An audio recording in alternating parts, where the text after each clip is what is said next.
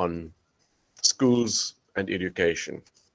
And we as librarians often have some form of role supporting the education that happens in our school in sometimes in predictable ways and sometimes totally unexpected ways. I'm sure that we all have stories to tell. And today we are interested in seeing what happened during the pandemic and how do we take this forward? What is our role now in future? Now, our first speaker today is Professor Ursula Hoadley from the University of Cape Town and the School of Education there. Her CV on the website indicates a very strong interest in curriculum development and the support of reading, especially in the lower grades, in the primary school and so on. And she's got a very long list of fascinating articles, chapters in books, and also book-length studies that she's published with publishers like Routledge and Oxford University Press and so on. She will tell you more about the recent research with which she was involved in. I actually know about her through the Stellenbosch University and the Department of Economy there, who the department has also been doing quite a lot of research about education and the impact on the economy in the last number of years already. So they were very well positioned to study the effects of the pandemic, and Professor Hoadley was involved with that. So Professor Hoadley, we thank you for your involvement and your positive approach to today, and we are looking forward to listening to you now. I hand over to you.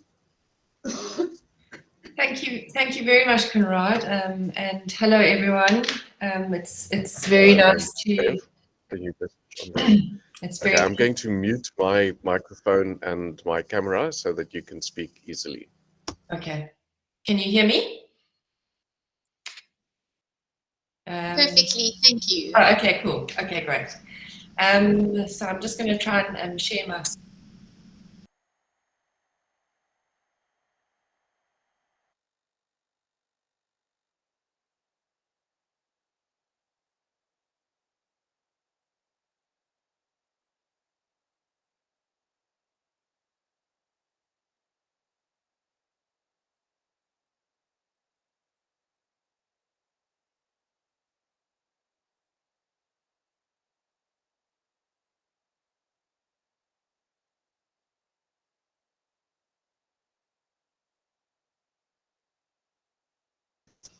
Professor Hoadley, you seem to have frozen.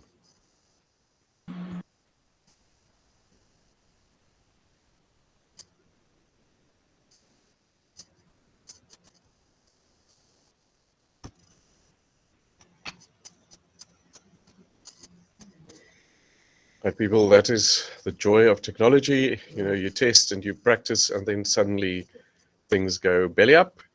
So please just breathe deeply and stay with us, and we will get Prof. Hoadley back as soon as possible.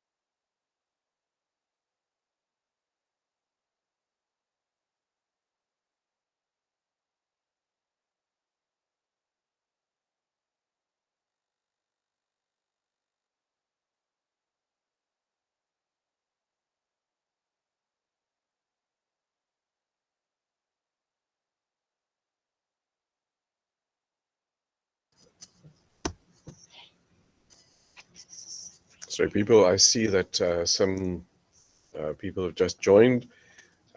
We've had our speaker online and now she's disappeared. There's some electronic niggle that must be sorted out. Okay, you see there's a pop-up for the a poll, so if you can answer that so long.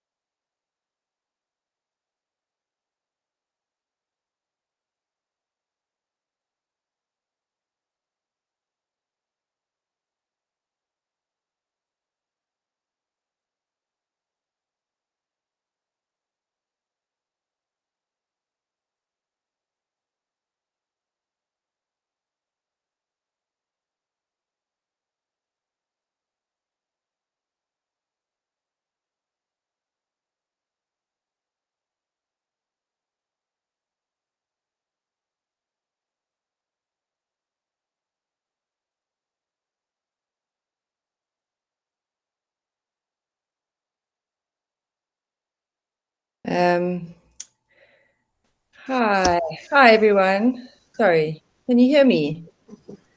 Yes. Yes, Welcome we're back. there. Yes. As I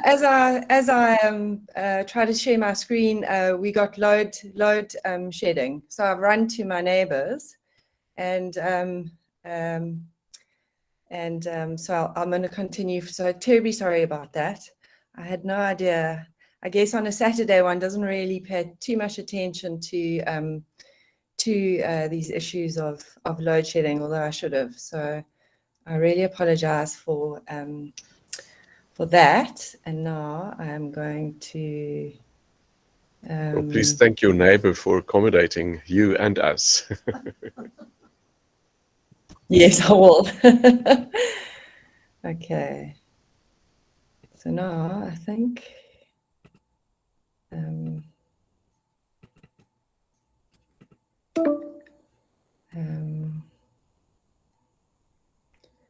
screen recording permission. Sorry, let me just sort this out quickly. I had to change computers as well, so I must just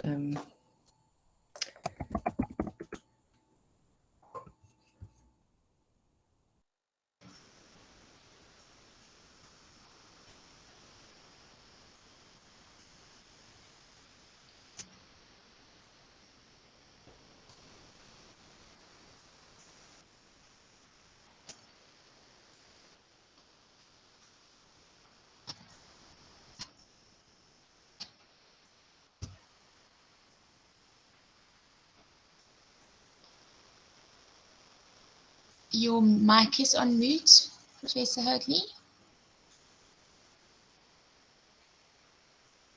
all right, there we go. Can you hear me?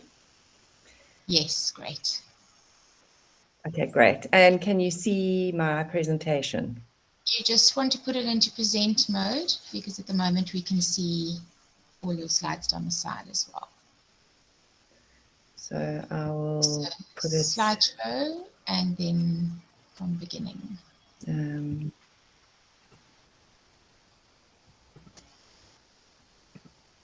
There we go. All right. Perfect. Great. Okay, so sorry about that, all the hiccups. And what I'll do is I'll try and keep it quite short because I know that you running to a schedule, and it would be good to leave a little bit of time for questions. Yeah, that would be great. Prof, to interrupt. Sorry, Prof, to interrupt. Your slideshow has gone into present mode for us. Did you share a screen, a tab, or a window? I shared a window. Okay, because it's not showing, but we can carry on like that. We can okay, see. Let me stop. Yeah, let me try again. Try and share a screen instead.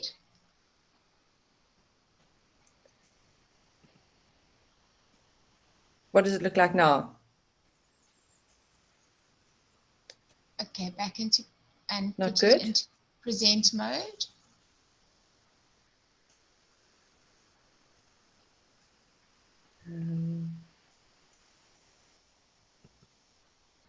It's still doing the same thing, but we can read your No. screen. So, and what Yeah, we I can think let's carry on. As long as attach- it, we can attach your presentation to the email that we send out afterwards, if that's okay with you. yeah, is it very small? Is that the problem? You can't really see it properly. I just said, suggest for the participants, hover your mouse over the presentation screen and click on the little pin, and that will make Prof's presentation screen the biggest thing that you see on your screen, and then you'll be good. Okay, and is it working now? Pin your presentation to your main screen. No. You don't worry with you, Prof. The viewers can pin your presentation. You can just continue. Ah, I see. Okay. All right. Okay. So I just want to make sure that it'll move. Is it moving now? Has it moved to the next screen? Yes, moving perfectly. Okay, great. All right. So it's not, I mean, it's not serious if you see the sides and the notes, if you just focus on the actual slide. So there've been, and I'm sorry, just one more thing, Heidi, how many minutes would you like me to talk for? Then I'll try and keep it within that time. Conrad will answer that one for you. Conrad, how long have I got? Okay, I think let's aim for 11:15, and then we can have some Q&A for a few minutes after that, if that's fine. Okay, great. Okay, well, I won't take that. Yeah, that's okay. That's absolutely. That's fine. I won't actually take that long. So leave some time for Q&A. Okay, perfect. Okay, so so South Africa actually, I mean, is quite ahead of the game in terms of measuring the actual impact of COVID on learning losses amongst teachers. Amongst schools. And there have been a number of studies, first in 2020 and then in 2021, which looked specifically on the impact of school closures and rotational timetabling, etc., on reading. And these were smaller studies, but they were longitudinal studies, and they were largely studies that drew on research that had been done in schools. Research projects that were running in schools that had tested learners prior to the pandemic. And so they were able to compare the performance of learners, say in grade 2, in pre-pandemic conditions, and then a similar group of learners during the pandemic. And so there were a range of tests across a range of projects conducted in 2020 and 2021. And that slide gives you a little bit of an indication of the kinds of losses of learning that were found there. But this year, and just published or just released this week, is a report based on a project that I was involved with, Safas van der Berg, and other colleagues at Stellenbosch and UCT, which looked at learning losses in a much bigger sample and used evidence from the Western Cape systemic tests. Now, so this is a very large sample, and it's a very large sample even if one compares it to some of the international studies, but it gives us a good purchase on what's actually happened in relation to learning. So what the study estimates is that across 2020 and 2021, learners lost approximately 155 days over the 2 years. And this is actually a conservative estimate. Many schools lost much more. Many children reportedly didn't go back to school in 2020. There were high levels of teacher and learner absenteeism. So overall, that approximately 155 days is actually a conservative estimate. And the school days lost were initially as a result of the lockdowns and school closures. But then in particular, in the latter part of sorry, that should say 2020, not 2000. The latter part of 2020 and 2021, we had rotational timetabling. And that's, you know, although it varied across the country as to how, you know, which schools actually adopted rotational timetabling, research has shown that about 80% of schools were engaged in some form of rotational timetabling.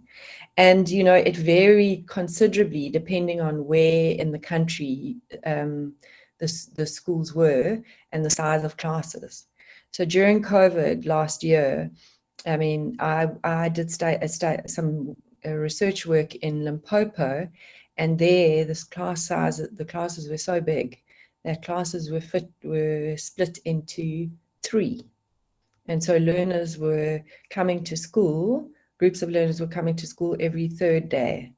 So one of the teachers there reported to me that in term 2, she would see each learner on 16 days. So you get a sense of the extent of the learning loss and how that could vary. Other schools in Cape Town were fully open through 2021 with no rotations. So it had a lot to do with the size of the classes, in terms of how many students there were, and of course also the physical size of the classroom and whether social distancing could be maintained. Fortunately, in February this year, those social distancing requirements were done away with, and so we had a return to normal schooling. So the interest really is in, well, what does that mean? What do those 155 days lost mean in terms of lost learning?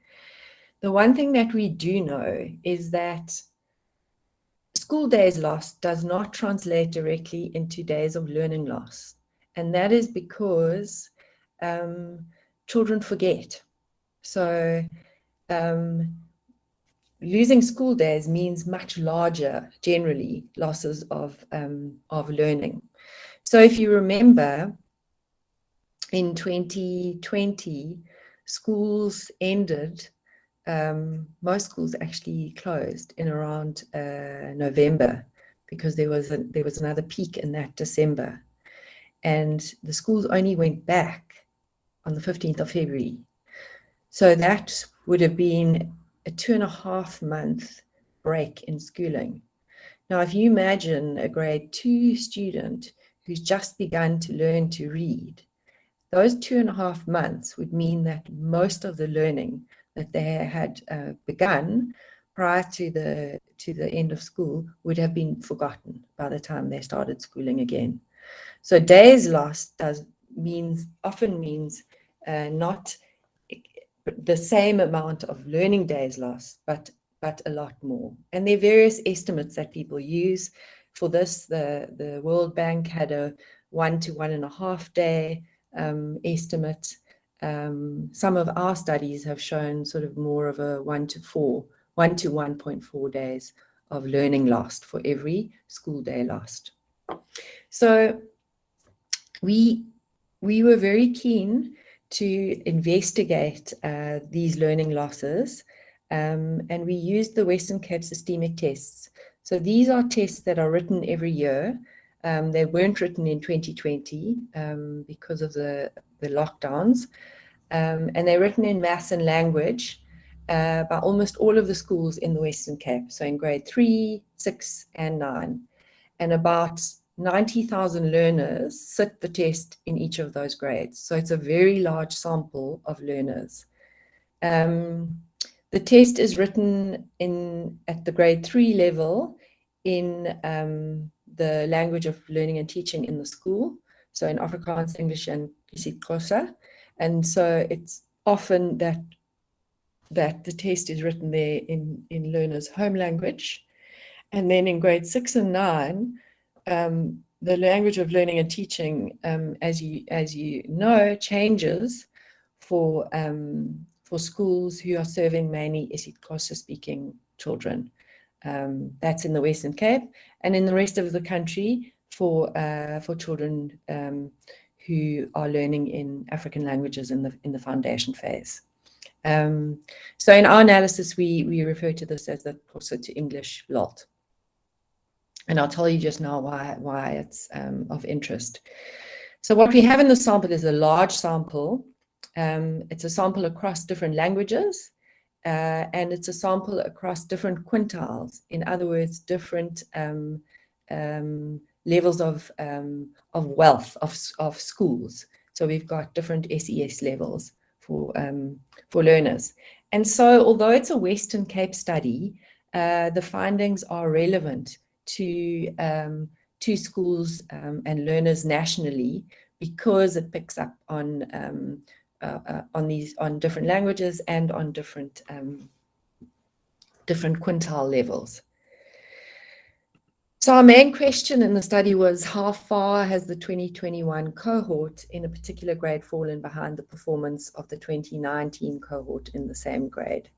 And what we did was the learners wrote the systemic test in 2019. They didn't write it in 2020. They wrote exactly the same test in 2021, although there were a few changes in some of the items.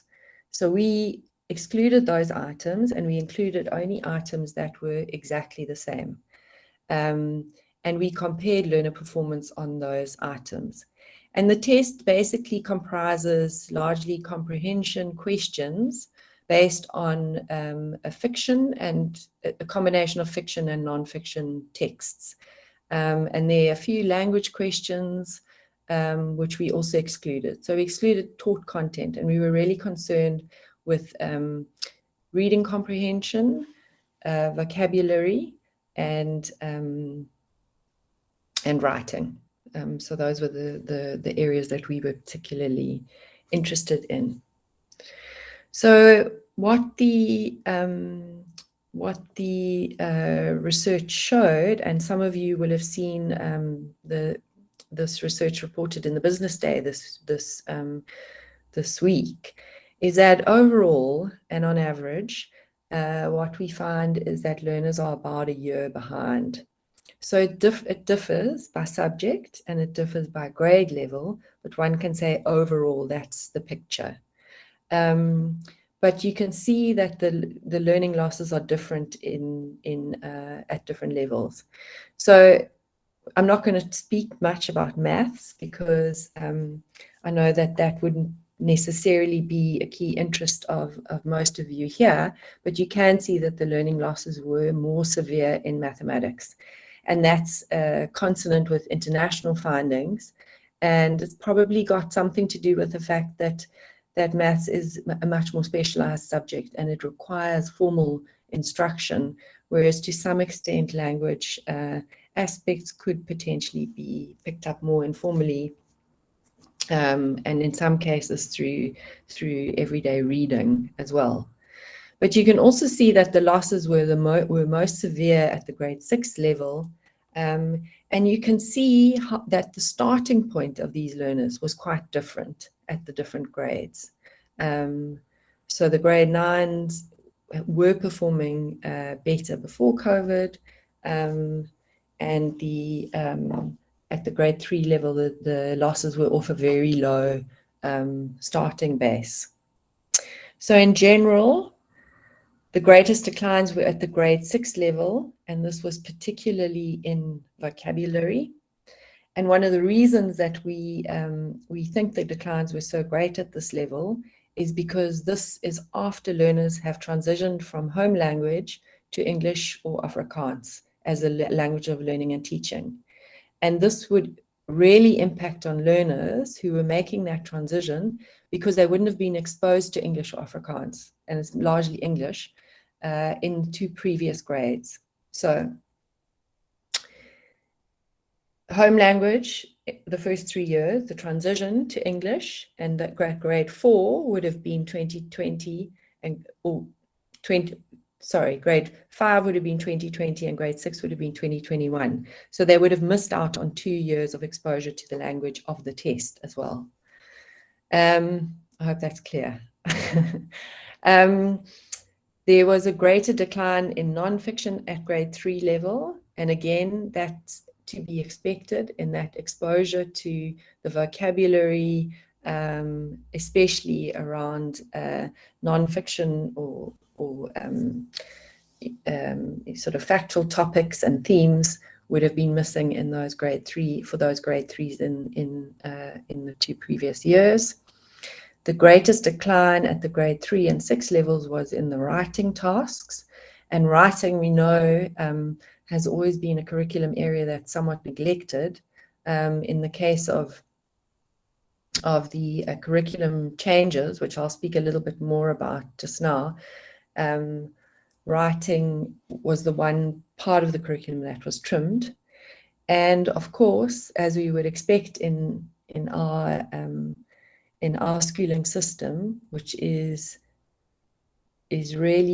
fundamentally characterized by inequalities, the losses varied hugely by quintile.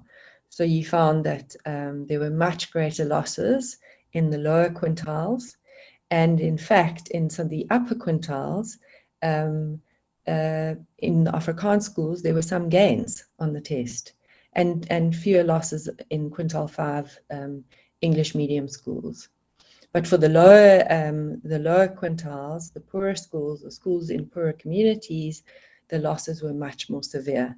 So we've heard it a number of times, but it's always worth restating, is that, of course, the impact on COVID, or the impact of COVID, was to really entrench and deepen the social inequalities, educational inequalities, nutritional inequalities, all of the inequalities in our society. And we see that very clearly on this test.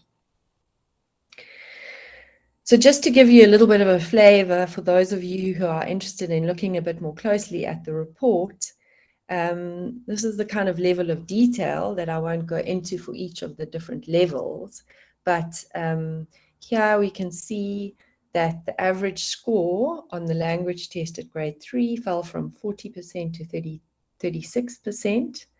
So that's equivalent to at least 80 school days, we see. The test was already found difficult in 2019, but those who couldn't actually pass it increased by 4%. Girls outperformed boys. The isiXhosa LOLT schools experienced a slightly smaller learning loss at this level than other LOLT groups. Remember, here they're writing in home language. The learning losses were generally small in quintile 5 schools, and the Afrikaans LOLT schools, as I mentioned, performed even better in 2021. So that's a sense of the kind of detail in the report, for those of you interested in looking further. But how are learners doing before COVID? Well, I'm sure that many of you have come across this statistic, and it's derived from the PEARLS data. That's a big international study that measures reading, and on that study, South Africa's participation on that study showed that 78% of learners did not reach the low international benchmark. In other words, 78% of learners could not read for meaning in any language a simple text. So that's grade 5 learners. So lots of learners progressing through schooling, but not being able to adequately retrieve meaning from text. And Nick Ball and Lily Pretorius speak about this as falling at the first hurdle. So this issue of not being able to master the fundamentals of being able to read as they progress through school. And there, that graph shows the number of learners reaching that low international benchmark across the deciles. And again, you can see the huge inequalities in our system. So the 10 wealthiest percentage or the richest 10% of schools, 71% of learners reach that low international benchmark. 23% and 20% in the sort of top 70% or 60% of, 40% of schools, and then in the bottom 60% of schools, it slowly declines in terms of how many learners are able to read with meaning at the grade 5 level. But the other thing that we know about the pre-pandemic state of reading was, and maths actually, is that what we were seeing was a very gradual improvement. So the system was improving, and this is something that often takes people by surprise, possibly because, you know, the media is so filled with gloom and doom about the state of education. But this key issue is missing often from the account, that when we look at the results on the big international studies that we participate in, most notably Pearls, TIMS, and SACMEC, they all showed a slight improvement or a gradual improvement, although off a very low base. And in fact, Martin Gustafsson, who's part of the RECEP group that Conrad was talking about earlier, he argues that we'd reached our maximum speed limit, if you like. So we improved. We were improving as much as one could expect when you compare improvement rates to other countries. And that anything over that would suggest a kind of a gaming of the system or sort of a cheating. So we were on a pretty good trajectory, which makes the pandemic and the impact of the pandemic on education all the more distressing. So if we think about that 78%, that sort of benchmark, how many now would fall below that benchmark? In other words, how many learners now would not be able to read for meaning? And if we take our findings from the systemic test and we extrapolate to the Pearls, then we would find that that 78, which has been rounded up here to 80, would increase to 88%. So it would be 10% more learners would not be able to read for meaning or read with understanding in their own language at the grade 5 level. So I mean, the problem was big, and it's been compounded. Right. So what's been done? What kind of changes have we seen? It's easy to criticize the DBE, and I have been one who has, but it has also been an incredibly difficult environment in which to plan, because nobody knew how long the pandemic would go on for, when schools would close, when they would open. It was a constantly moving target. So what did happen? In 2020, the DBE trimmed the annual teaching plans. So they trimmed some of the curriculum, they removed some topics, and in particular in relation to language, they integrated life skills into home language and freed up time they specified for group guided reading. And they also introduced a reduction in writing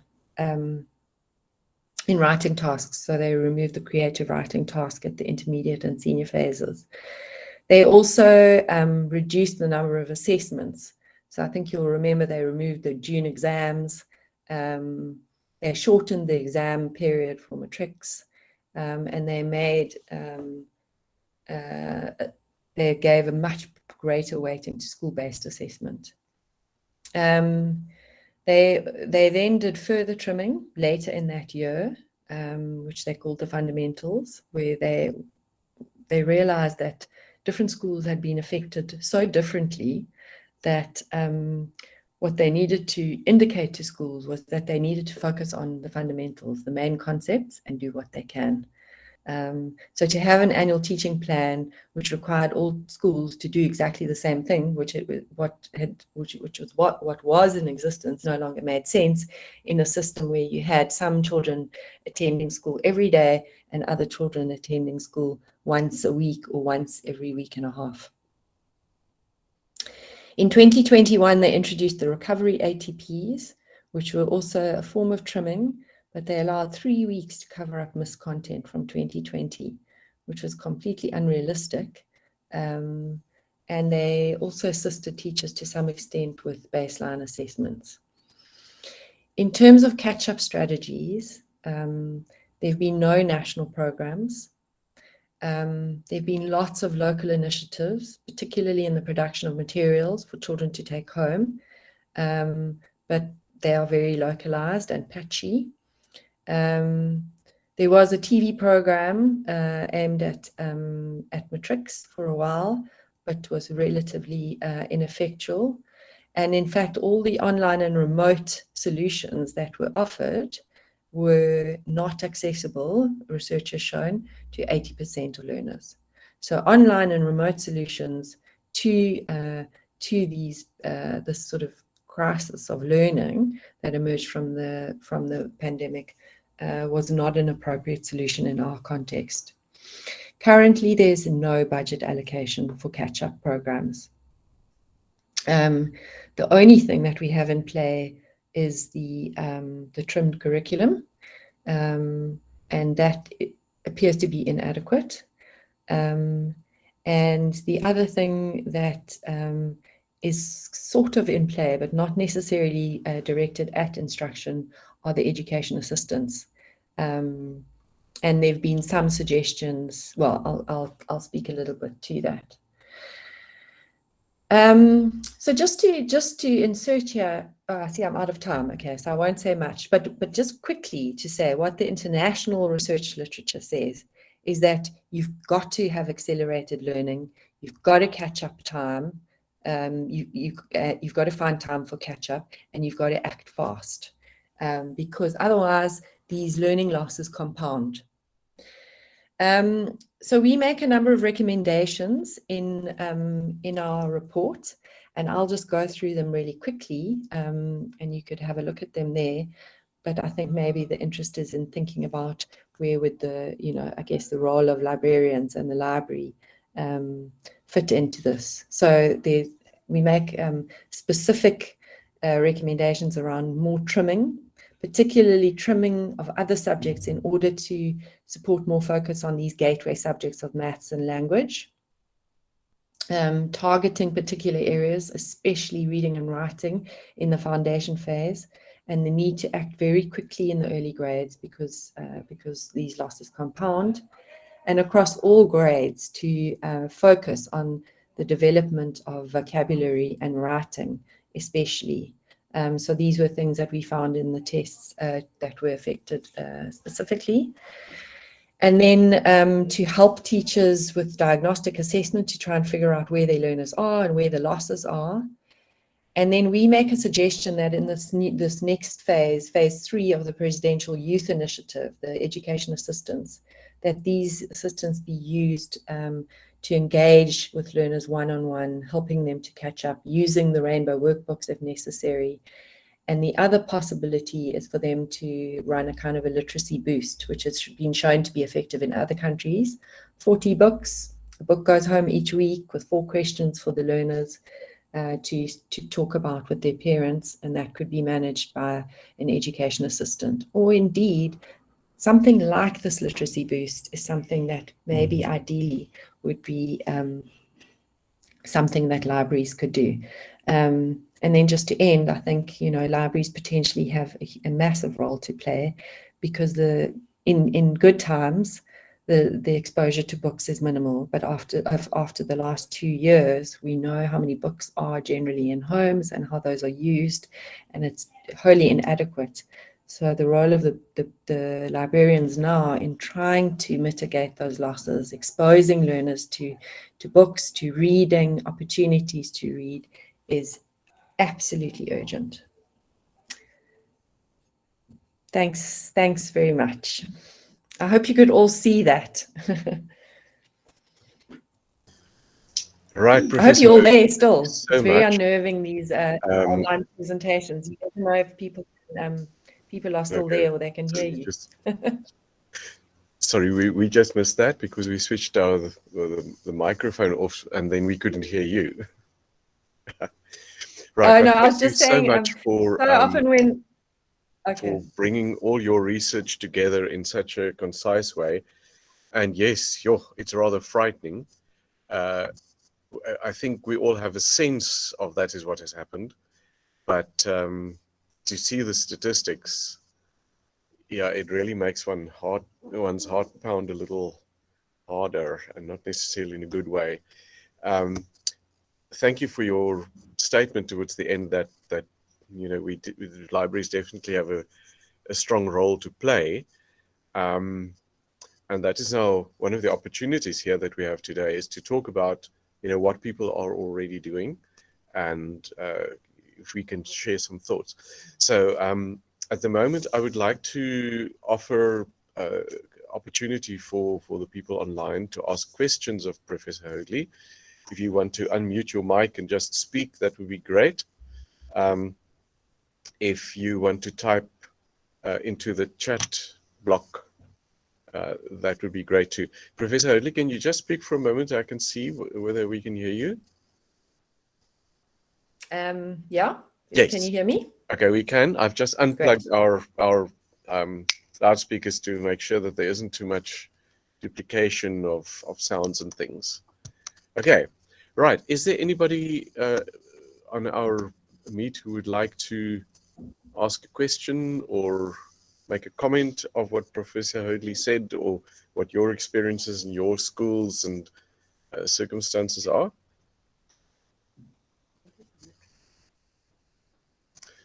Okay, there's a question here from the room. Exactly what a literacy boost is, Professor Hoadley? Is that so literacy boost? So literacy boost, I did a review in 2020 of I was interested in different responses to COVID, and it's a RECEP working paper if anyone is interested, but looking at international responses to the school closures. And one of the things that came up in that review was a Save the Children initiative, which was a literacy boost, which had shown it had been evaluated and had shown really good effects. And what it did was it sent home a small book, and I think in some cases those were photocopied books, to learners, one a week for 40 weeks, and along with the book was a set of questions for parents to ask their children about the stories that they read. And I thought that was really innovative, because we have some research and we know that some children simply reading with parents doesn't always have the effect of encouraging reading for meaning or understanding, or even the enjoyment of stories, which are the things that we after. And that there've been some studies that show how parents will read with learners and correct their punctuation, etc., rather than focusing on what the story means and having a discussion around it, which is what is really valuable. So this study included those questions to encourage that kind of interaction around text that is so crucial.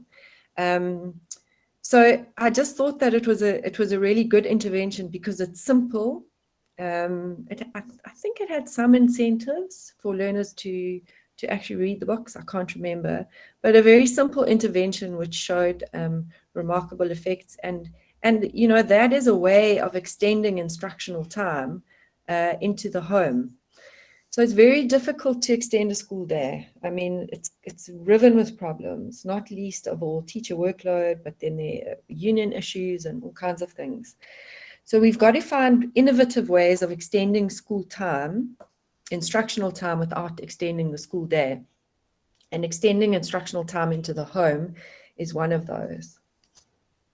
The fascinating element of that for me is the involvement of parents. I don't know whether your studies have focused on that, but that will surely be interesting to know how parents involve themselves with their children's learning on that kind of basic level.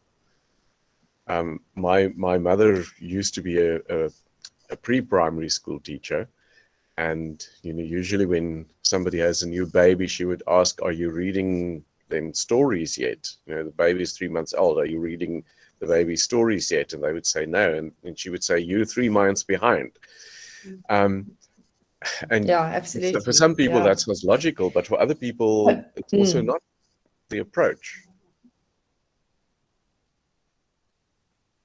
Absolutely. And again, I mean, it plays into those kinds of inequalities that I spoke about earlier.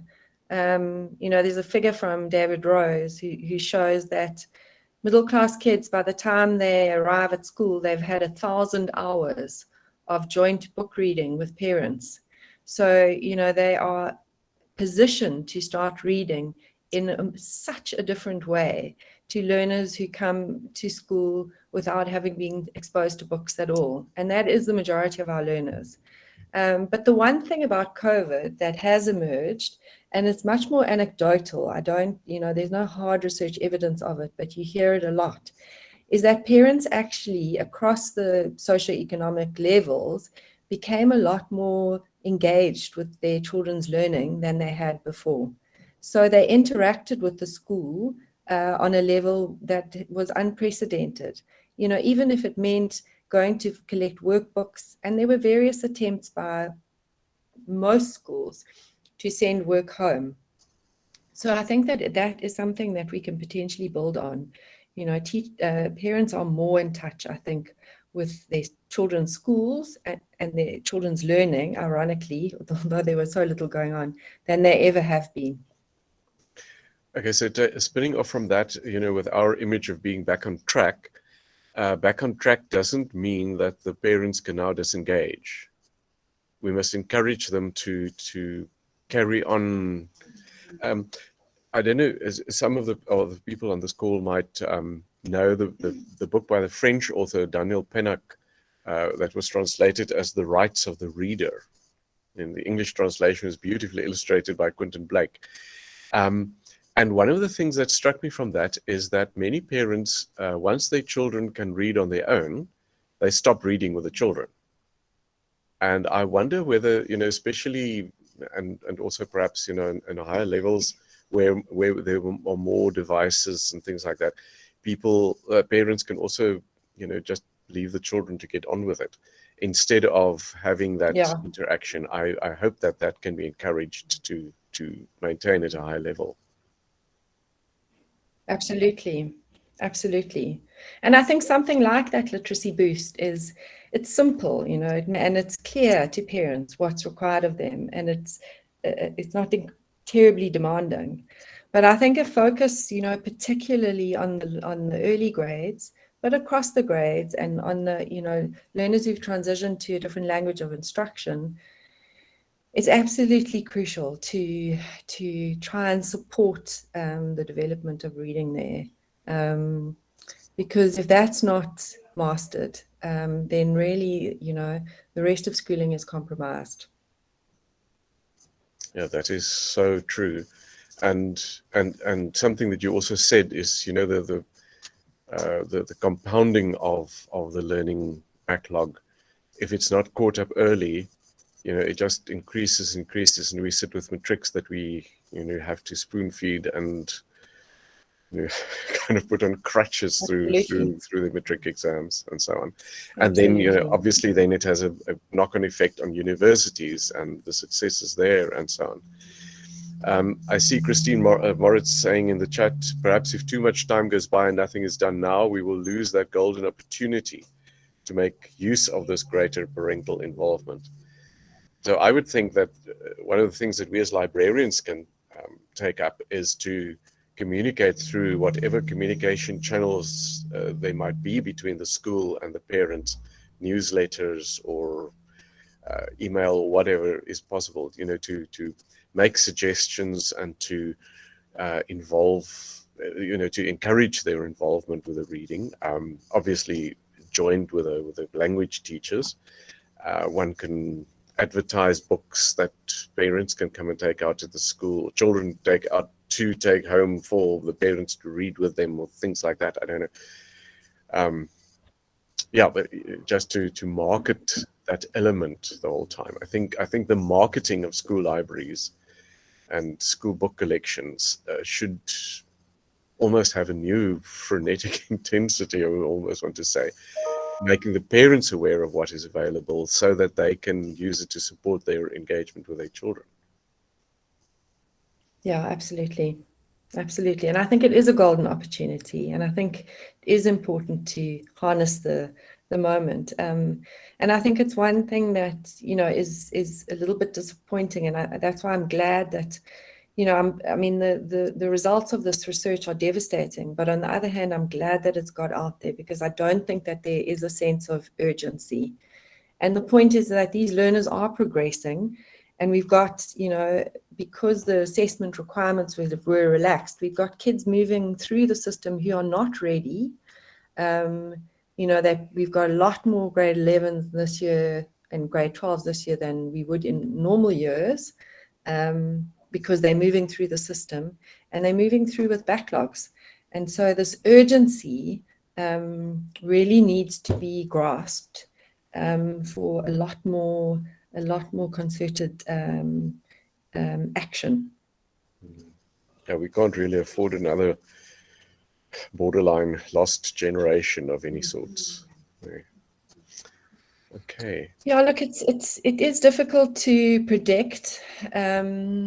And I know, someone asked this question of Safas the other day, and he said, it's probably not a generational issue. It's probably, we're looking the next 7 to 8 years, which is significant. But it's difficult to predict. But I think that issue of compounding, issues compounding, and the divide between kids who are catching up and getting on and those who've been left behind is going to be greater. So again, one's going to have greater inequalities as we go on. Yeah. Right, Professor Holy, I don't see any more questions in the chat room. I don't know whether the room wants to ask anything. At that point, then, thank you so much for speaking to us. The good news, Pleasure. I hope the good news for you is that we have a gift from Exclusive Books to send to you electronically, which we will do. And you will also find some communication from NB Publishers. They've offered you a year's free access to all their online dictionaries. Wow, wonderful. So I hope that is valuable to you. That is very good news for me. Yeah, Thank okay. you. Wonderful. I thank those sponsors again for their involvement there. Thank you. And thank you for inviting me. And thank you to all of you for the wonderful work that you do. School libraries are really so important and central to the whole project around reading. Thank you very much. Yeah, that's something that we kind of sense for ourselves, but it's always fantastic to know that there is hard research, statistics, empirical research that proves that. So thank you for what you do on that level as well. Pleasure. Right, Professor Holy, obviously you're welcome to stay on the meet and listen to our other bits and pieces if you would like to, but we will also understand if you and your neighbor want to have a cup of tea. I think they might want their office back, yes. Well, thank you very much, and good luck for the rest of your project. Last thank you to you, particularly for being so positive about your participation today all along. From the very first time I emailed her, there was just an immediate response, yes, let's do it. So it worked out wonderfully, despite all the hurdles, and yes. we're very pleased that you've been here with us this morning. Great, Thank you so much. Thanks again. Goodbye. Bye. Bye-bye. Right, ladies and gentlemen, it is now 11 o'clock. I think we must take our break now, and then at 11:15 we get together again.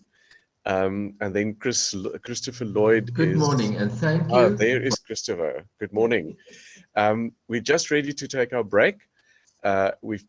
And while this is happening, Heidi is going to play 2 videos that NB Publishers has sent us. And then we're going to, there's some other bits and pieces that she's going to show. I think, Heidi, we can do all the prize draws and things right at the end. Right, okay, there's a comment by Irene Reed. An interesting article to read is by Susan Ledger and Margaret Merger, reading aloud children's attitudes towards being read to at home and at school. Yes, okay, that will surely be valuable things. We will see if we can get hold of it and distribute it to all of us. Right, people, Heidi is going to put on the videos and the soft jazz that she's got in the can, and then I will switch on again at 11:15 to introduce Christopher Lloyd. Enjoy tea, coffee, water, whatever.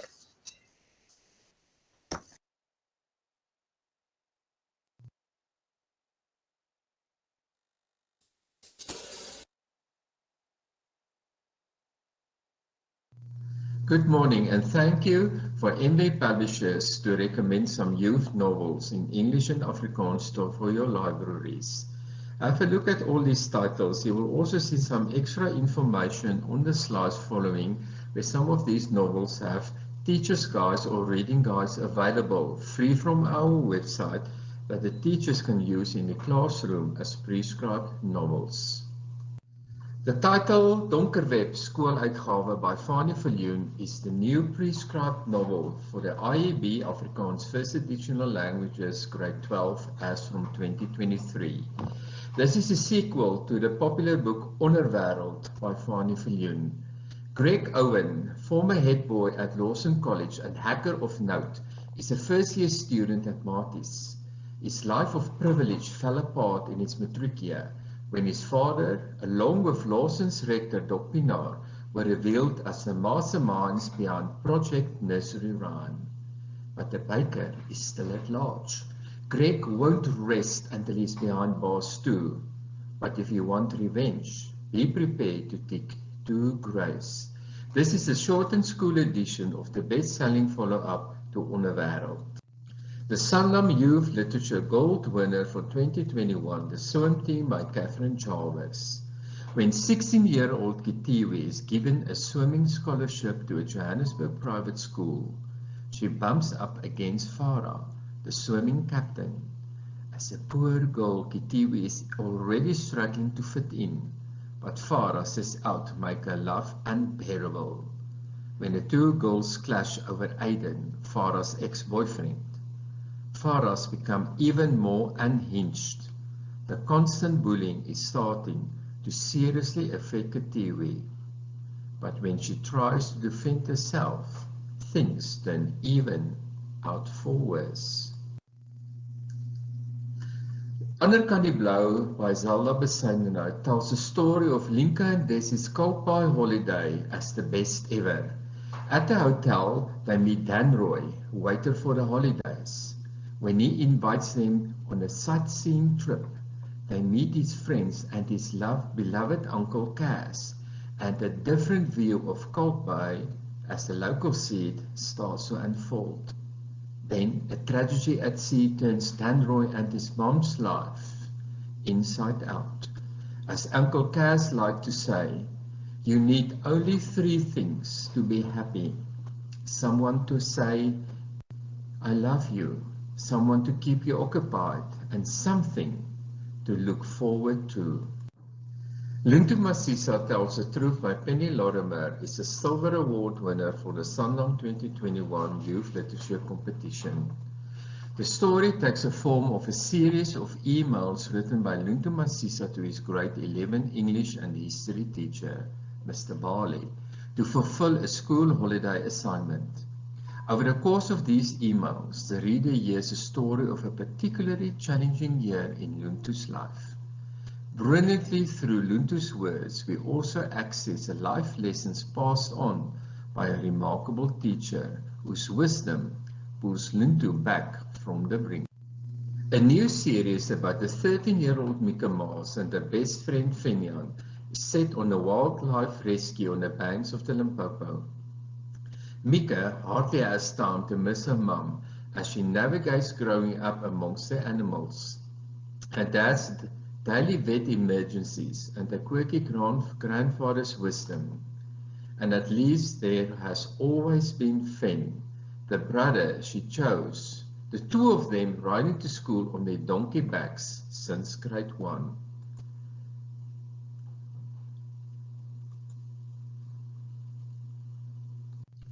We continue the story of Mika and Finn in the follow-up of the Mika reeks Spikkelster op Mtwana.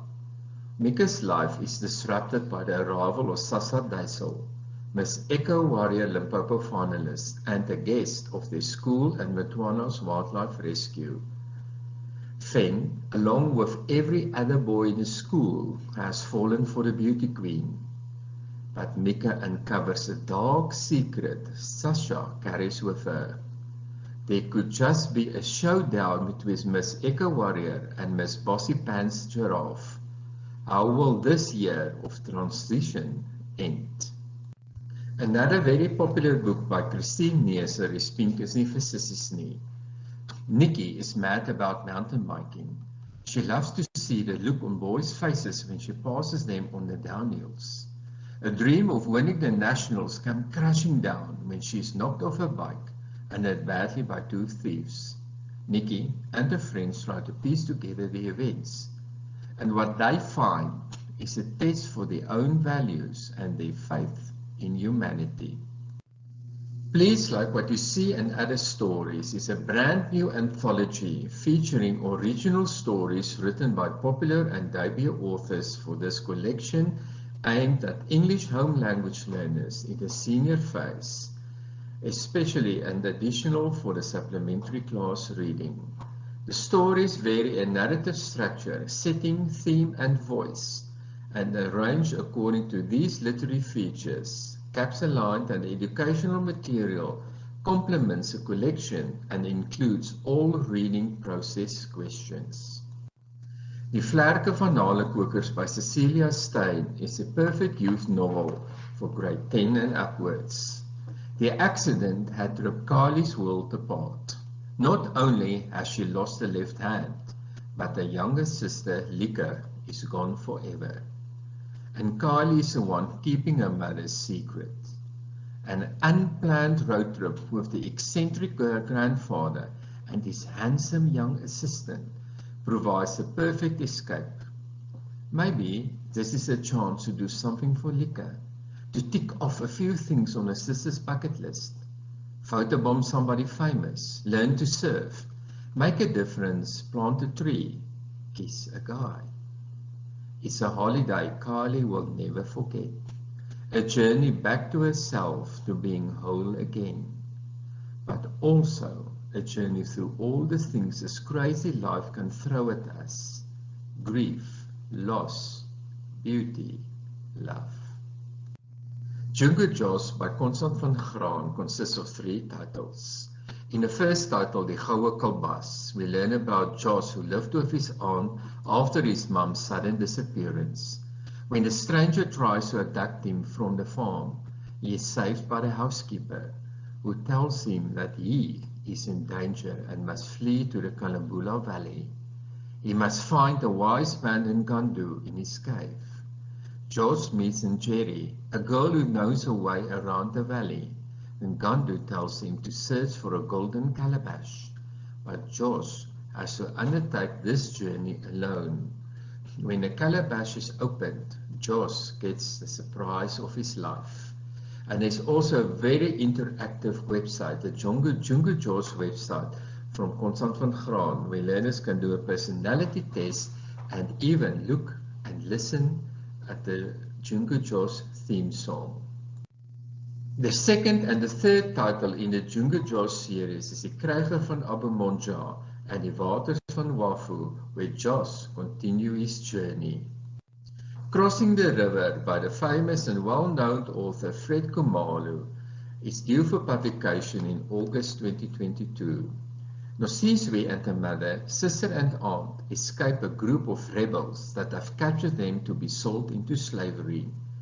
In their escape, they end up in the clutches of human traffickers imprisoned on a farm, Nosizwe escapes pretending to be a boy and makes her way to Johannesburg to become a street child. No one she approaches believes her fantastic tale, and they ignore her appeals for help. Velddiep by Fanie Viljoen is very popular with grade 10 learners in several schools. When Amber's hot or not YouTube video is shared on a Facebook page by mistake, she is horrified and can't bear to show her face at school. Tim's girlfriend has left him for one of the rugby jocks. A chance meeting in the shadowy fitness park of the estate where they both live leads to an unconventional friendship between Amber and Tim. Could Amber confront her fears?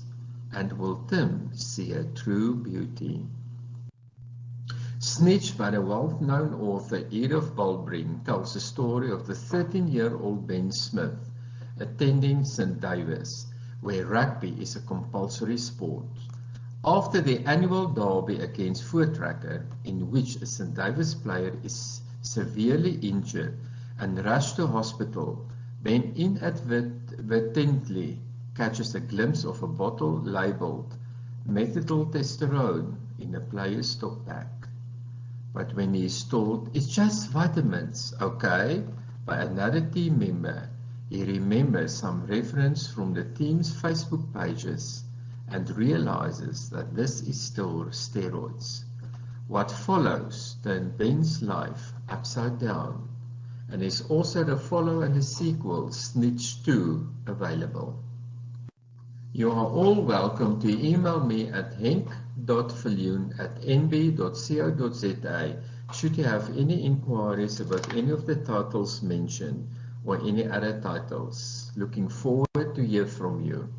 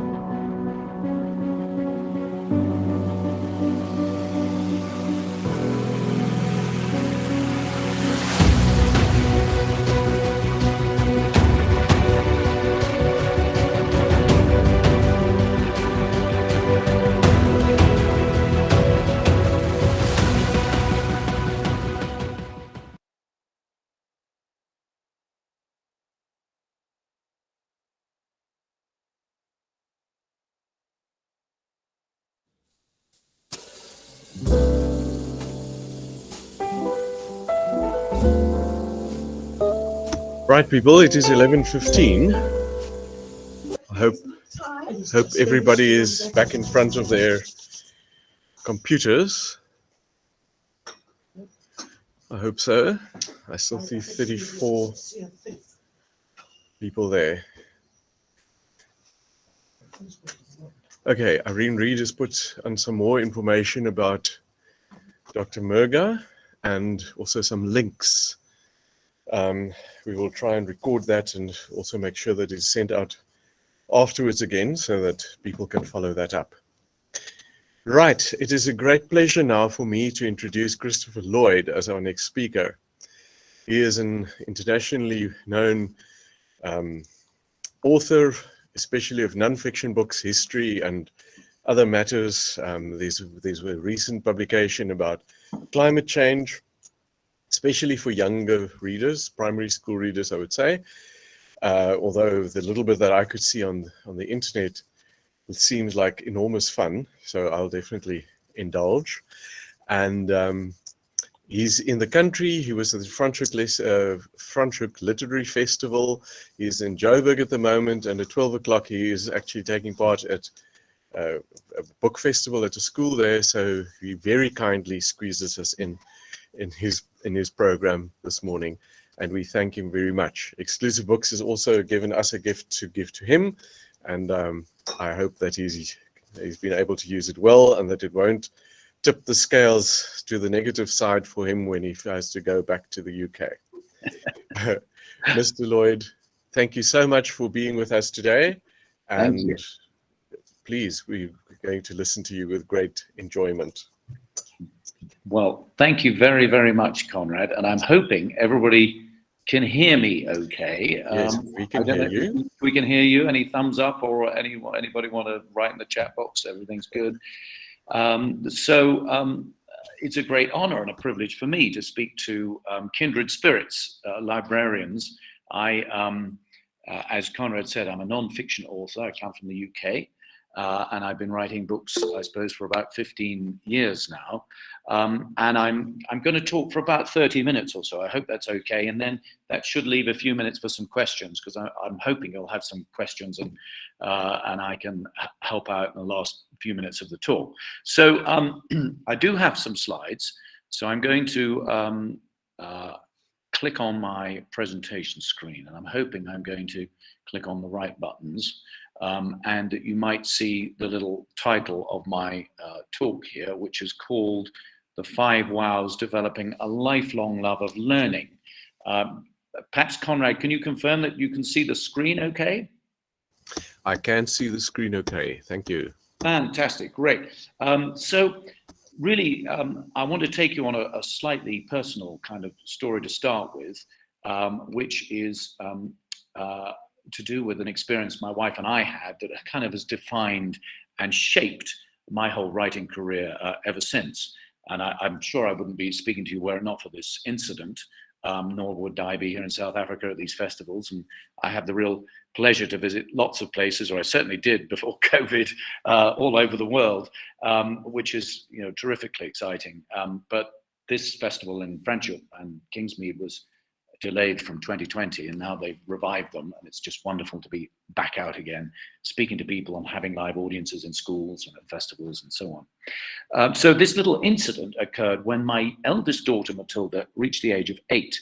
I've got 2 children, Matilda and Verity. They're now 26 and 24, so we are going back a little while. I'm not quite sure how that amount of time has passed so quickly, but still it has. When she was 8, she was a very precocious young person, loved reading. She loved going to school. The whole world was her sort of curiosity shop. It was absolutely brilliant just to be with her, really. But when she moved school groups from one year to the next, within about 3 or 4 weeks of this transition, her whole personality had begun to change. I can show you. There we are. There's Matilda. And she didn't want to go to school, and she was angry, and she was cross, and she was upset, and she didn't want to read, and she didn't want to take instruction, and she didn't want to get dressed in the morning because she didn't want to go to school, and she was cross with us because we were the ones sending her to school. And so we went to the teacher, and we said, there's a problem. What's the matter with Matilda? She seems to have, got herself into a funk. And the teacher did and I have infinite respect for teachers, I really do, but as you will know as well as anybody, that teachers are really judged by how many children they get through the tests. That's the culture we certainly have in the UK. And at the age of 8, they have to pass certain literacy and maths tests. And so she looked down at her test scores, and Matilda was doing fine. She was good at maths, she was good at reading. And what had happened was, just to cut a long story short, was that the teacher had in her own mind, if not even in reality, divided the class into 2 groups. Those that needed her help to get through the tests, and those that didn't. And the ones that didn't need her help were being given mind-numbingly boring worksheets to do, really from the moment they arrived at school until the moment they went home. So as far as Matilda was concerned, as an individual, school really at that point had nothing to offer her, nothing to feed her natural curiosity at all. And that was at the heart of her sort of distress. As far as the teacher was concerned, she was doing fine because she was getting more children through the tests. So it's a classic example, really, isn't it, of where what's good for the institution or for the herd is not necessarily right for the individual. And we find that again and again in history and in everyday life. So the teacher told us not to fuss and everything will be fine. So did the head teacher. So we decided in the end we'd take her out of the school, try and find another school. We couldn't find anything close to where we live in Kent at that time that would really provide the creativity that I think Matilda really needed and wanted at that time. So we decided to step off the treadmill and educate at home. Now, in the UK, home education is really quite allowed, and it's built into the sort of responsibility that parents have to educate their children at home or otherwise at school, or otherwise, I should say. We had no experience of it at all, and we thought in our arrogance that in 2 months we could do what it would take you 2 years to do in a school. It was just amazing. So we made one of our rooms at home into a schoolroom. We had a curriculum that we downloaded. We had lots of books. We had a timetable. We had some people to come in and help. We had a clock. We had a bell. Well, I'm not sure we did, but I think we may have done. And we thought it was made fantastic. And I have to say, after 2 years of home education, the Lloyd household resembled the last scene of a play you might know of called Macbeth. Not Macbeth, Hamlet, even worse than Macbeth, actually. And there we are, you can see Mr. and Mrs. Lloyd on the floor there. Actually, that one, if you're Scottish, that's an illustration of the Glencoe massacre, and I think that's probably about sums it up as well. It was a catastrophe. And in our desperation, we sat down with Matilda and we sort of said in a sort of anxious way, just tell us, what are you interested in? And as I relay this story to you now, I think back and I think, why on earth didn't we ask that in the first place? We just spent all this time as adults telling her what we think she needs to know. How arrogant is that? I mean, how do we know what young people are going to need to know in 6 months, let alone 6 years or 16 years? Everything about the world is changing so fast. The main thing, and this is what I've realized ever since, is that they need to have a love of learning so that they can adapt, so that whatever the world throws at them, they approach new opportunities in the spirit of wanting to learn and find out more. Of course, we are born with that spirit of curiosity. It's something innate in us all. You can't imagine a baby born bored. I mean, that's not possible. If your baby wouldn't engage with the world, you would take them to the doctor and say, there's a problem with my baby. But if you get to the age of 8, 10, 12, 14, and a child says they're bored, more often than not, we say, it's okay, just pass the tests and you'll be fine. But actually, it's not okay, because boredom, I've discovered, is like, I think of it like a brain disease. It's not the way the brain is designed to be. The brain loves new information to come through your senses and process it and adapt to the world around you. Then you get a shot of joy every time you make a new connection. That's how the brain is supposed to be. If it's bored, it's shut down. It's early onset depression. And at least now we recognize that depression is a very serious mental illness. We mustn't condone boredom, however we organize our educational institutions. So, Mr. Lloyd? yes, Mr. Lloyd, sorry to interrupt. Your slides are not moving forward. We still all see just the 5 wows. Ah, that is a problem. I wonder why that is then, because you're quite right. Are you in presenter mode? Yes, I'm in presenter mode, but if I come out of presenter mode, I don't know if that helps at all. I see the one with Matilda now. Okay, for some reason, when I go into full screen, obviously, it doesn't like it. So let me see if I can sort of increase the size of that screen. If I go back into presenter mode, let's see if it will work this time. Do you still see Matilda, Conrad, or not? Yes, we do. And if I move forward, do you see the blood on the floor with Mr. and Mrs. Lloyd? It says getting it all wrong. No, not yet. Oh, okay. Right. Just to check, did you share your screen as a window or as a screen? I thought I did it as a window. So maybe if I stop presenting, and sorry about this, everybody, and if I try again, Heidi, you're there, aren't you, to guide me? Yes. And if I click a window or a tab. So, oh, so it doesn't give you the option of an entire screen. Yes, it does entire screen. Yes. It does as So well. let's try entire screen. Let's try that. And then if I flip over, and if I now show you my screen, does that There look, we go. does that look more like Mr. and Mrs. Lloyd, who have just Head on the floor. spent 2 months home educating their eldest child? I'm glad to hear it. I do apologize for the slight hiccup there. Anyway, thank you, Conrad, for pointing that out. Sure. I would have happily carried on in ignorance otherwise. So there we are. So we asked her, what are you interested in? Okay, and fortunately she told us she was interested in penguins. And I'm hoping now you can see some beautiful emperor penguins on your screen. Oh, yes, you can. Good news. So we went to London Zoo and we went to see the penguins, which are fantastic, by the way. Not as fantastic, of course, as the penguins you have in Boulders Bay, so we've discovered since then. And Matilda wants to do a project about where penguins come from. So we learned they come from Antarctica. We didn't know about the penguins in South Africa in those days. She discovers that Antarctica used to be on the equator, and the whole Earth was, all the land masses were joined together into a supercontinent called Pangaea. And then Antarctica's moved like a jigsaw puzzle piece all the way around the world to the bottom of the world. And then we discover how do penguins survive when it's so cold and they huddle in groups. And I say, well, here's a big group and there's a little group. Why don't we count the penguins? And then one penguin leaves that group and goes to another group. How many are left? And we start doing arithmetic. We do ratios. We do percentages. And then Matilda taps me on the shoulder and she says, hey, Dad, why did the penguin leave the big group and go to the little group? And I'm thinking to myself, that really isn't relevant. It doesn't matter. Just do the maths. But she's not doing maths. She's doing penguins, and it matters. So I stopped myself and I said, well, maybe it was bullied or maybe it fell in love. I don't know. And before I knew it, she was doing her own creative writing story about why the penguin left the big group and went to the little group. And she wants to find out about ice, which is amazing because when you heat it up, it turns to water, then it disappears. It's like a conjuring trick. And we're doing our changing states of matter in our science. And then she wants to do stories about ice. And you may have heard this story about a ship that left Southampton in 1912. And they said it would never sink. So we learn about arrogance, and they didn't put enough lifeboats on board. And then, of course, the link with the ice is that it struck the iceberg, the Titanic, as you know, and 1,529 people lost their lives. And that's ironic.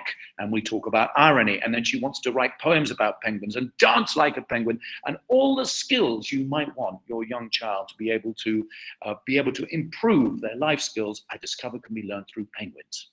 Now, this was a huge kind of eye-opener to me because what I realized was, of course, it isn't penguins. It was penguins for Matilda at that point in time. It's whatever you are interested in. So I became really passionate and fascinated about trying to understand this journey of how we can create environments and resources for young people that ask them that question, what are you interested in? That allows their natural curiosity to flow. Because in that way, they're going to want to read about stuff because they want to find out more to do with whatever they're interested in. And it seems to me that you can't detach the skill of, say, reading from the motivation about wanting to know about the world. And that's why nonfiction to me seems to be such an important ingredient in the whole sort of spectrum of opportunity when it comes to libraries, librarians, and schools. The other thing is, and why it's such a pleasure and a privilege for me to speak to librarians, is that the only place in a school that really asks the question, what are you interested in, is the library, is the librarian. It's the gift of the librarian to be the sort of central hub of that curiosity we're born with, so that children can go in different directions and they can find out about things and then let other people know what they've discovered. And then they can use their curiosity to drive their passion for learning and then become adaptable adults in the end, self-learning systems so that they can thrive whatever the future throws at them. Now, what I became particularly interested in is this thing. And this isn't something that's, I don't think, really covered so much in education, professional development, perhaps, that teachers do. But to me, it seems to be the heart of the question, although that's probably not the right analogy. Certainly the brain of the question is, what is this thing in our heads and how does it work? And so over the last 10, 15 years, as I've been writing nonfiction books, I've been striving to try and write books that tap into the natural ways in which our brains have evolved to learn over millions of years. Because of course we are the product of millions of years of evolution.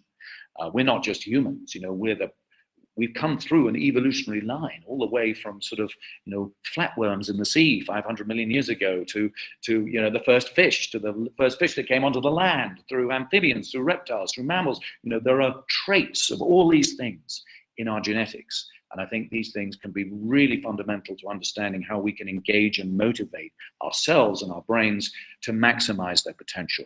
So there are 5 things that I briefly want to share in the sort of 15 minutes we have left. And they're all things that I've tried to make sure lie at the core of the resources and the books and the talks and the other opportunities that I've had to try and create a sense of wonder about the world we live in, a way for the curiosity to flow as if it's like electricity around a circuit. And I want to very briefly just share these 5 with you.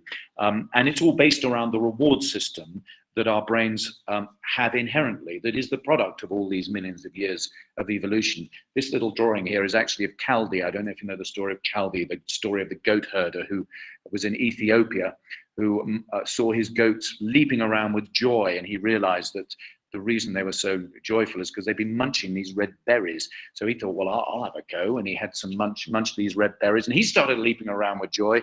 And in the distance were these monks, and they noticed this goat herder leaping around with joy. And said, how come you're looking so cheerful? He said, well, you've got to try these red berries. They're amazing. So they did. They ground them up, and they were the first people, it is said, to be brewed coffee. So there we are, going back 1,000 years. But this is the idea. How can we create a joy of learning? How can we try and make sure that whatever we do in our libraries, in our classrooms, at our homes, that young people have the privilege of sort of saying, wow, when they go to school, so they're discovering something new. Because the brain loves making connections. And the more and more I sort of experience spending time with children, and the more I try and encourage educators to think about making connections, not dividing things into different subjects necessarily, or dividing things into A to Z or whatever it is, but let's make connections, because when we make a connection, the brain has an automatic little trigger of joy. It's a chemical called dopamine that's part of our reward system because it learns something new. When it learns something new, it can adapt and it can survive better in the environment around it. So what I'm trying to do is I'm trying to find out what is it that makes our brains go, wow. And these 5 things, I think, are really fundamental to trying to create that environment of wonder and curiosity. The first is about recognizing that the brain is in 2 hemispheres, as you can see from the picture here. And as you probably know, a lot of science has shown that the left and the right hemisphere do different things. And they do different things. It's quite important to understand, I think, and to recognize their differences. They do different things for a very important reason. We're creatures with eyes, and it goes back, I think, at least 500 million years ago to the first trilobites, the creatures that developed eyesight. And if you are a creature with eyes, you need to have 2 brains. And I think it's very useful to think of humans as not having 1 brain, but having 2 brains. The left side of the brain, which happens to be responsible for the right side of the body, is responsible for really targeted, precise manipulation and problem solving and specific things that are going on right in front of it. In a biological sense, that might be about trying to find out where your food is going to be for your next lunch. You're not thinking about anything else. You need to make sure you get your food. In an educational sense, it might be using your hand to eye coordination to be able to write with a pen, or solving a complex maths problem, etc. A lot of our education system is geared towards that precise world of problem solving, which is the left side of the brain. The right side of the brain is often ignored in education, and I think this impoverishes the potential of our brains. It also prevents us from going, wow, because the right side of the brain isn't interested in something straight in front of you. It's interested in the big picture. It's interested in finding out everything that's around it, not what's straight in front. And it's very important, because if you're a creature in the wild, you need to make sure that if you're finding your lunch, you don't become somebody else's lunch at the same time. And if we didn't have 2 senses of consciousness driven by our 2 brains, we wouldn't have survived in the wild. In this case, we got a sparrow and an eagle. Imagine the sparrow has just grabbed a seed off the beach. That was its breakfast, and it has to coordinate its own body movements with where the seed is and work out where it is against the background of the pebbles, and then swallow it and do all those kind of focused things. If at that time an eagle's flying overhead and its shadow passes over the sparrow, luckily the sparrow's got its right side of the brain that's plumbed into its fight or flight instincts, its hormones, and it notices that shadow and it flies away before it becomes the eagle's breakfast. Now, it would not survive without having those 2 senses of consciousness. So for children, we love to see the big picture. You take a child to the top of a mountain. You've been to the top of a mountain yourself. Go up to Table Mountain like I did when I was in Cape Town last week, and the view is just amazing. What do you say? You say, wow, look at this. Look at the stars at night. Look at the ocean. You see, we get a shot of joy when we see the big picture. That's the right side of our brain being fed with something that it responds to in a really positive way. So how do we do this in education? We've got to make sure we see the context. We've got to make sure we present things in a way that allows you to make connections, to say, wow. And I'll try and give you an idea of how I've tried to do this, certainly, just towards the end of the talk. The second thing is, I think it's really important to remember that it's not just our brains we're feeding our hands. And our hands are really part of our brains. When our ancestor, Lucy, 3-4 million years ago, got up onto 2 feet. Her descendants used their hands to manipulate the world, to make spears and bows and arrows and light fire. And the ones who used their hands to best effect were the ones that survived. So it's not a surprise that our brains have grown bigger, partly because we've got much better hand-to-eye coordination skills than our closest relatives, say chimpanzees. And that when we use our hands, we get a shot of joy, a shot of reward from our brains, because of course, that's how our ancestors survived in the wild, by using their hands effectively. Now, in education, particularly in primary schools, there is often a lot of craft, a lot of using your hands, but then we kind of forget about it. And we think the only important thing is to do literacy, or to do reading, or to do maths, or whatever. But using our hands is fundamental to creating joy in the mind. If it was your birthday and I'd known you very well, and I gave you a beautiful vase made out of pottery that I painted myself, and I put at the bottom of it, to Heidi, with love from Chris, because we've known each other, Heidi and I, for a long time, okay? And I give it to Heidi. It's a very special thing. She can put a flower in it and put it on her mantelpiece. There we go. If it was Heidi's birthday, and instead of giving her a beautifully handmade vase, glazed and with love from Chris on the bottom, instead of that, I gave her a plastic Evian mineral water bottle, an empty one. She wouldn't go, wow. She wouldn't put it on her mantelpiece. It's just as good as holding a flower with water in, but it doesn't have my hands. It doesn't have that sense of joy, because I've used my hands to make something myself. We must remember this, I think, all the way through, in our libraries, in our schools, all the way through high school, all the way into life. I can't talk without waving my hands around, because they're connected to everything I'm saying. That makes us go, wow. It's important to remember, thirdly, that we are a visual species. And sometimes we can lose sight of this, perhaps in our anxiety to make sure children learn to read through the written word. But bear in mind, written word is very recent in biological history, for most of human history, and certainly for all our antecedents in the genetic line that we have traveled. There are no written words. Things are learned through pictures and through sounds, particularly for mammals. And so therefore, it's not a surprise when you open a book and we've trained somebody to read. What does their brain do? Their brain turns the words back into pictures. And we have a word for it. It's called the imagination. And that's why it's called an imagination. It's an image. When we go to bed at night, our memories and our experiences, they're all processed into pictures. We call them dreams. Most people don't dream in numbers, and they don't dream in words, because the brain is essentially a text to image converter. It's going to convert whatever we force it to have to be able to do, like read or do maths. It converts it into pictures. And of course, the ancient Greeks didn't do maths with numbers. They did it through geometry. They did it through pictures, because that's the natural state of the brain. So I mention this because I think that with all kinds of literature, the supporting environment of providing powerful artwork and visualization is a key ingredient to motivating people into reading. So I remember that very much. The fourth one, this is Archimedes. He's just leapt out of the bath when he's discovered how to prove that the king's crown is made of gold. And he's charging down the street shouting, "Eureka, Eureka," because he's discovered something other people do not know. And I've realized now that over many thousands of years, if you imagine, if we go back to a time when adults were in the Stone Ages, they were in a group of maybe 20 or 30 nomads. They have some children, they have some grandparents, they have people of all ages there, and they're moving from place to place. If a young child, aged 5 or 6, discovers a source of fresh spring water, imagine how popular or or proud the others in the group are going to be, because then that group can settle there. So they go back with a piece of information and they tell the others in their group, and everybody is thrilled with them, and they get a huge shot of joy because they have found out something other people don't know. When children in school, traditionally what happens is they're the ones who don't know anything, and all they can do is get something right or wrong. It isn't motivating. If you say to a child, what are you interested in? They become an expert in something. They come back to school and tell you something you don't know, then that's a moment to celebrate. The child's confidence is boosted. You mean to say you don't know? And that's brilliant. No, I had no idea. Suddenly they feel special. They've got something. They want to talk about it. Their public speaking is improving. They feel as if they're special, and that gives them the motivation to want to find out more. Wow. And finally, human beings can't help but love choice. And I think this is what's so wonderful about a library, of course. You're presented with all this choice. If you went into a library and there were only 3 books, or if you went into a supermarket, imagine going to Woolworths, and all they're selling is flour, rice, and toilet paper, you're not going to go in and say, wow. But if they've got 30,000 things on offer, that's what you're going to say, because your brains love choice. Because if brains love through trial and error, they learn through trial and error, rather, they can't learn if there's no choice.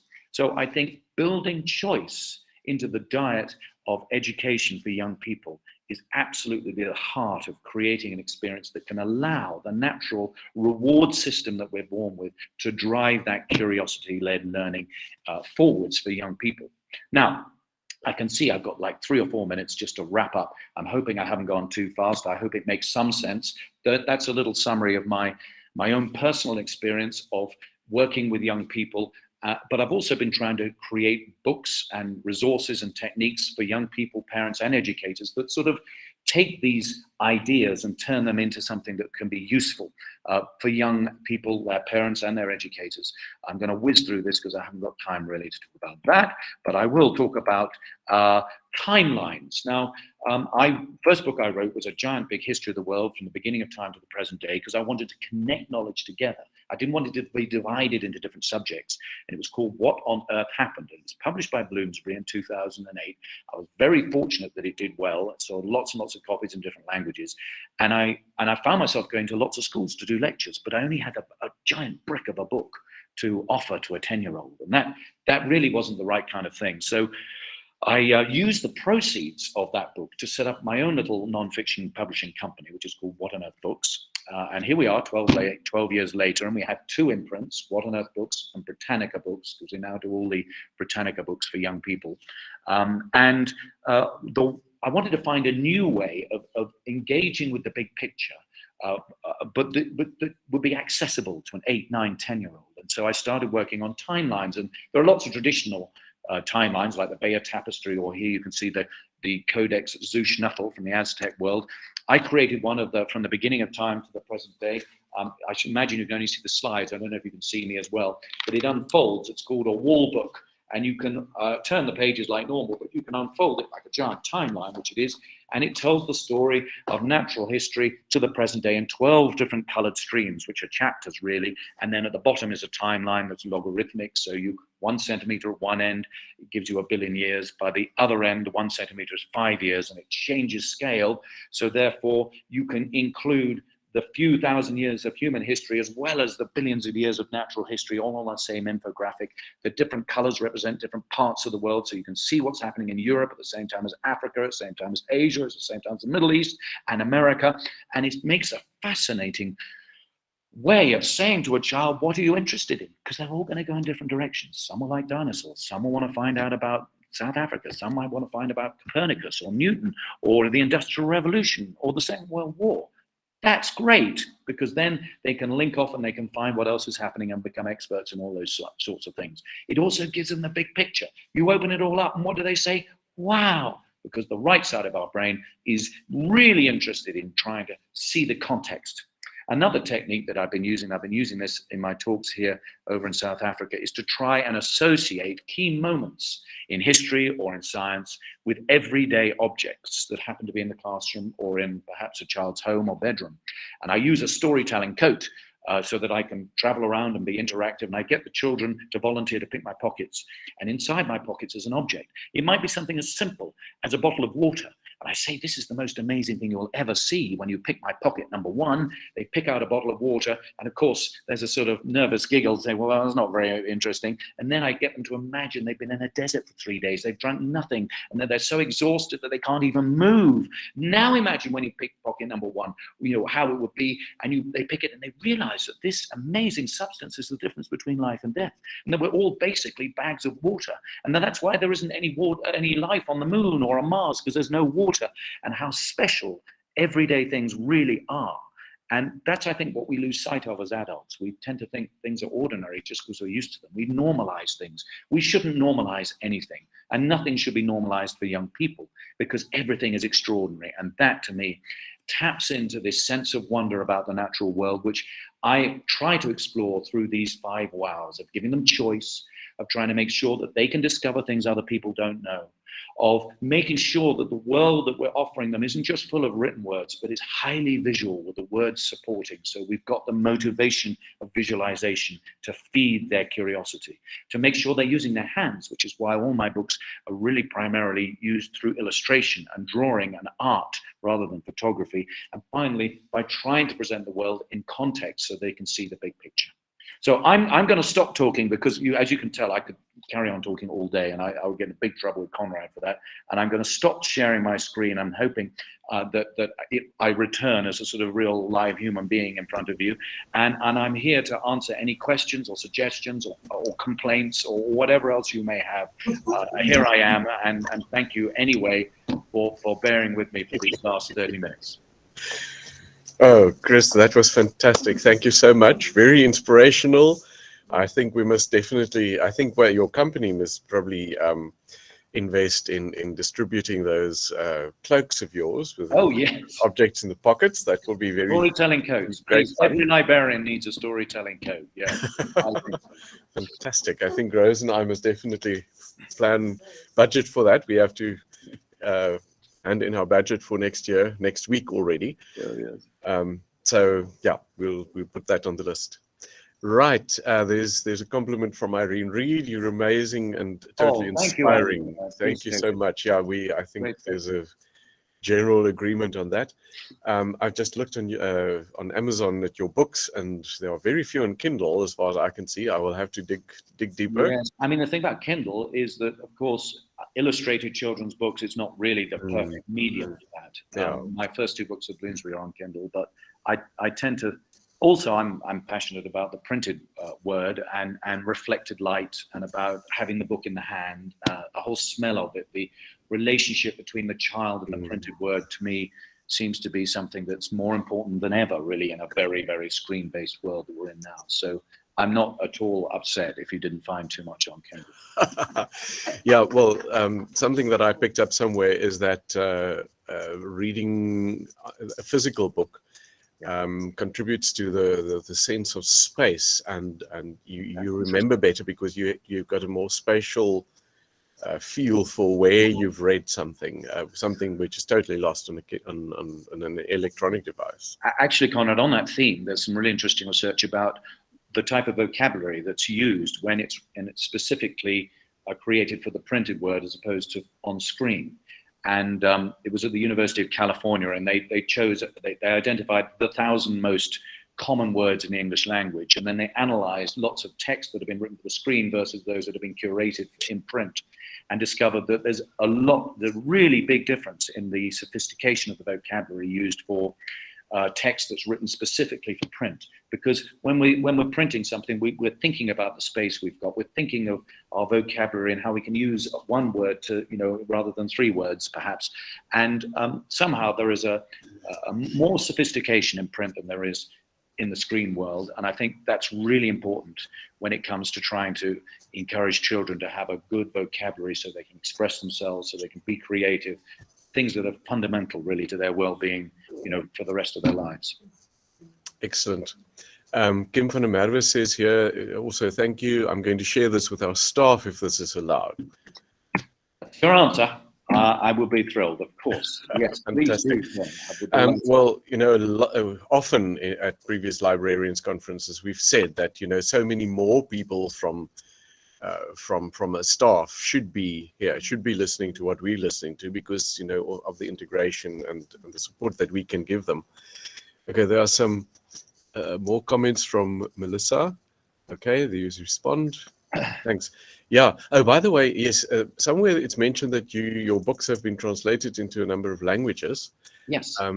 I'm interested in doing an Afrikaans translation.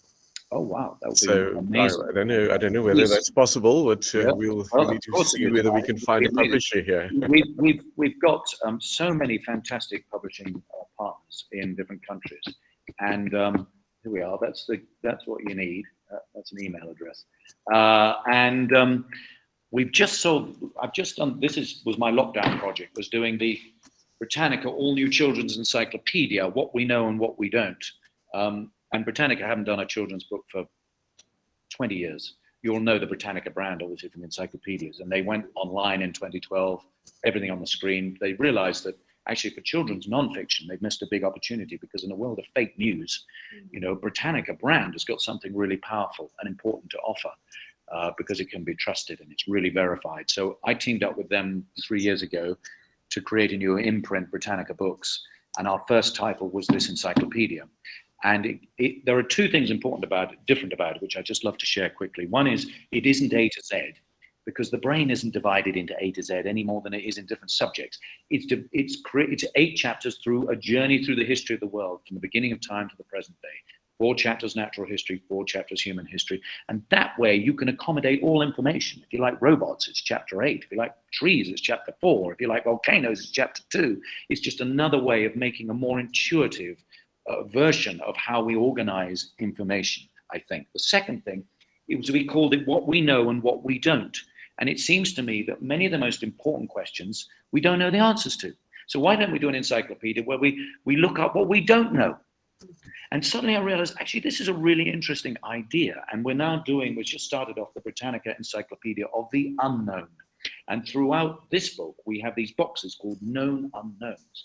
And we want kids to try and just be awe-inspired by the fact there are so many things experts don't agree on, so they have to make their own opinions. There are so many things we don't know the answers to, so that might inspire them to want to find out the answers themselves.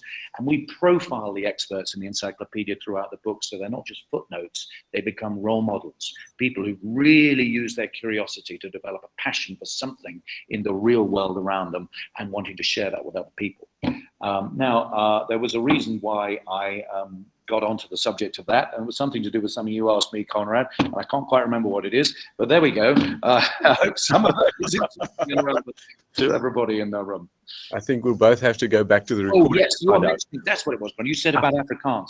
So this is now available in 20 languages, which is amazing, and the most recent one is in Moldova. Can you believe it? Despite what's happening in Ukraine, the Moldovan publishers have got in touch with us, and they're now translating and publishing the Britannica Encyclopedia so that their children, get a balanced overview of what's happening, and they're not so vulnerable to many of the tides of sort of trauma that are happening in the world around. And I was very uplifted to know that they wanted to despite the difficulties of today, publish the book in Moldovan. So obviously Afrikaans, that would be might give me a good excuse to come back to South Africa. Not that yes, not that I say very much in Afrikaans, but anyway, I think that would be fun. Definitely. Irene Reed asks whether the encyclopedia is for sale in South Africa. I wonder whether it's for sale. It's distributed by Jonathan Ball, publishers. That's what I would have guessed. Enough lovely things about them. They've been so good to me. I've done 22 events in the last 12 days. So, they do make me sing for my supper, but they do give me a very good supper as well. So it's a nice symbiotic relationship. You sound like a working royal. Well, yeah, I wouldn't wish it upon myself, that one. But and then exclusive books, all the normal places you'd expect to find it online, of course. What's it called? Take a Lot. Yes, we don't have that one, but Take a Lot, you can get it on there. And oh, right. Now that's the distributor. Loot. Yes. Loot has it. Rose has just shown me. Loot, which is an online bookshop. Good. Yes, and you mentioned Jonathan Ball. I have to say, Rose has been working with their representatives. She's given me the names here. Jennifer Ball and Mika. Mika's here. She's amazing. Okay, yeah, no, they've been. You want to be glad. Yeah, they've just been so supportive and responsive, and their organizational input has made your presence here possible today. And we're very pleased that you also allowed for an extra moment on your calendar. I'm very aware of the time as well, because you're supposed to start. Well, actually, Conrad, to be fair, I don't think this talk is until 1 o'clock. So I'm not about to sort of expire or disappear in a cloud of smoke. You're not going to be beamed up or anything. No, none of that. No. Okay, good. Yes, is there anything else that anybody would like to say or ask? Sorry.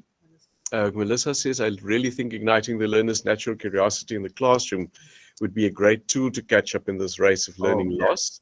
Melissa, I couldn't agree more. And we should be finding ways of tapping into natural curiosity anyway. We just, I find it very frustrating that so many schools are still locked in a very Victorian mindset, whereby making connections, appealing to the child's individual interests, encouraging them to become experts, encouraging them to share what they've learned with their peers and their parents and their grandparents. It's common sense. It's not like sort of rocket science. It really isn't. But, and you guys as librarians, you're in the best place to make that happen. Dare I say it? Because, you're in that one space. What are you interested in? Yeah, our school has put up a building recently called the eSTEAM Center. Now, eSTEAM comes from STEM and STEAM. Oh, yes, of course. We've added entrepreneurship into the whole mix. Oh, wonderful. Brilliant. So it is that attempt of breaking down some of the silos. Yes. It's interesting sometimes, though, how to see how people don't really get, it's not something that you can examine. It's not something you can get marks for, but we feel that it is hugely important that they have that cross-curricular, integrated, practical approach. You see people taking a plastic bottle and making a water filter out of it and that kind of thing. So, it teaches us a lot, actually, and it taps into what many of us actually know all along. But I think you've referred to something in the UK system with what you told us about your daughter. That whole thing of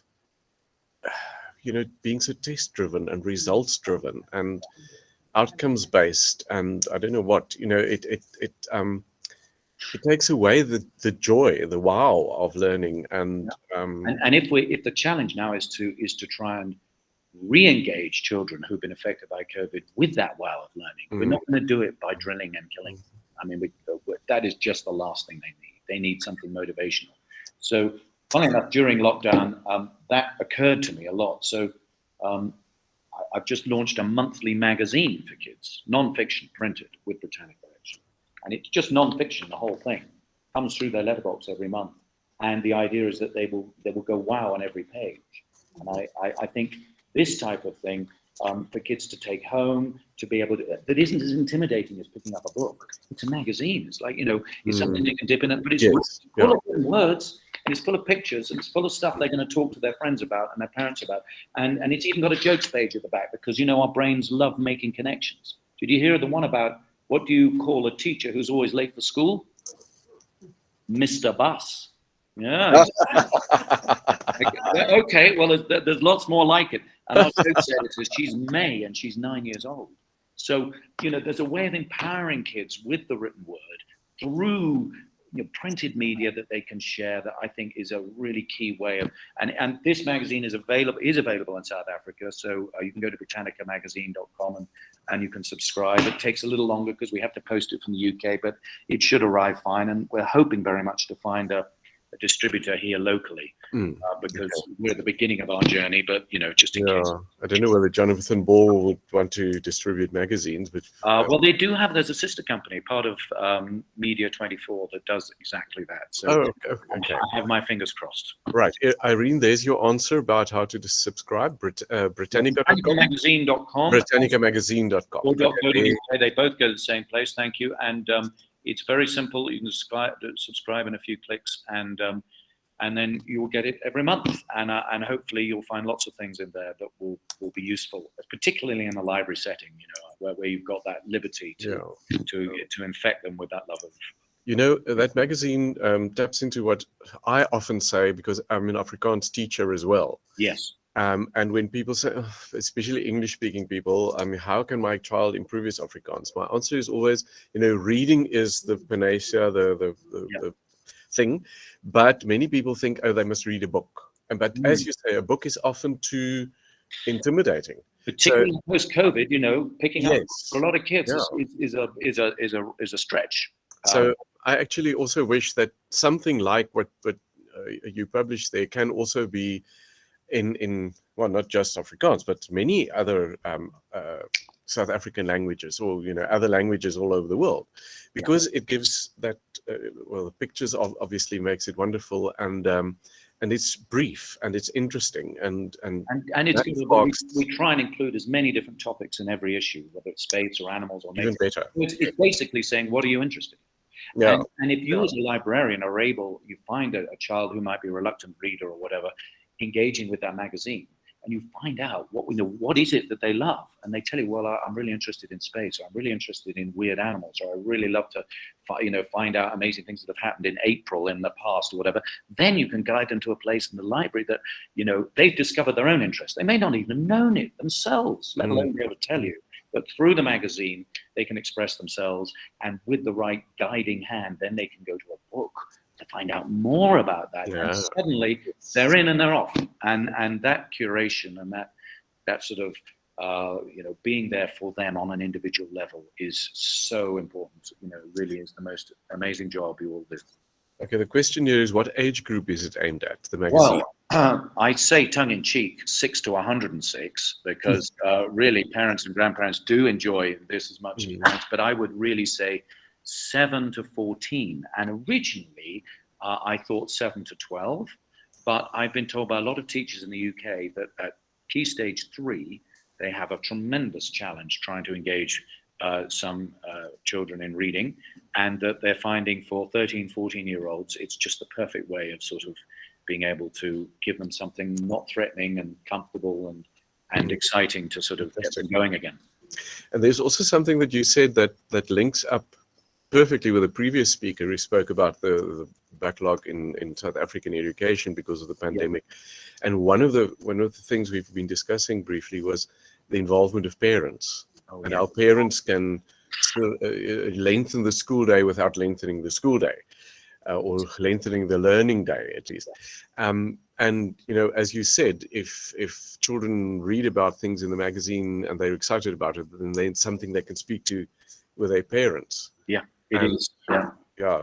And a conversation. I mean, just to finish off, the book that I've been giving most of my talks, this tour, is one on climate change called "It's Up to Us."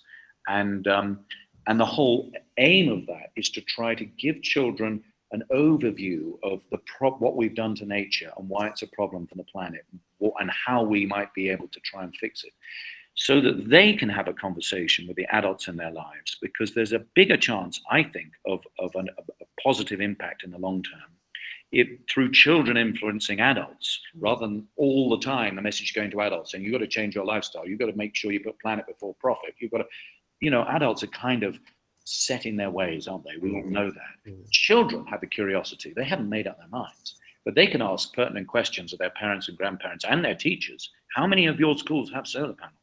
And if they don't have them, why don't they have them?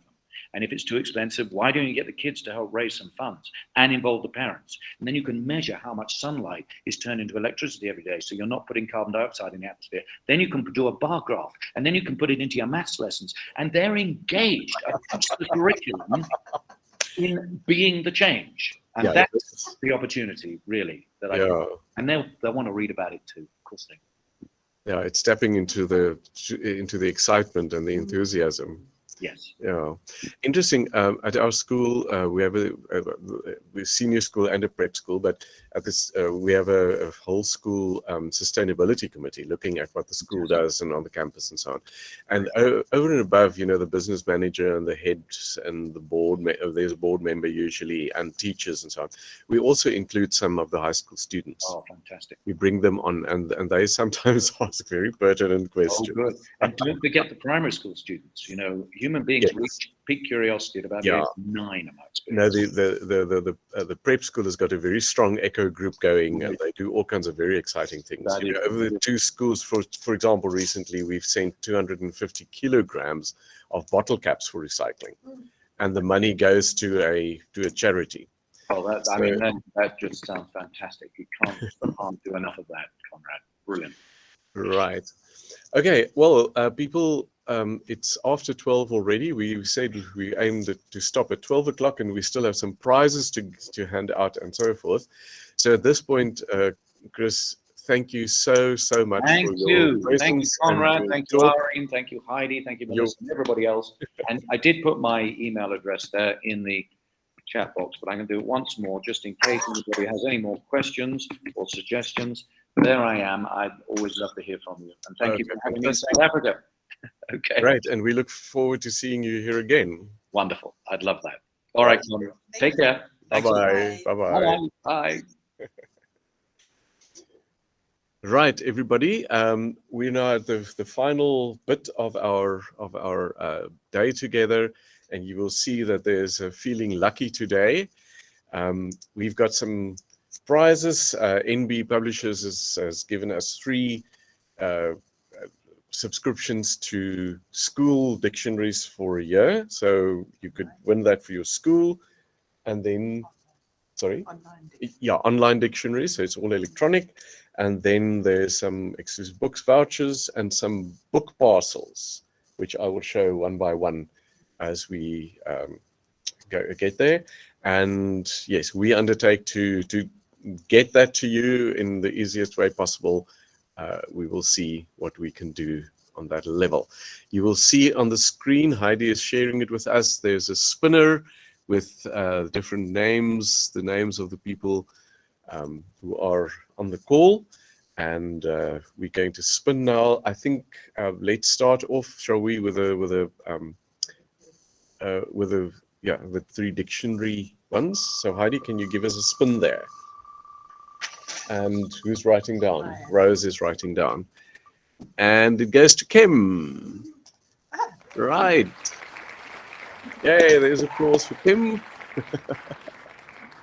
Right, Kim, well done. Next one.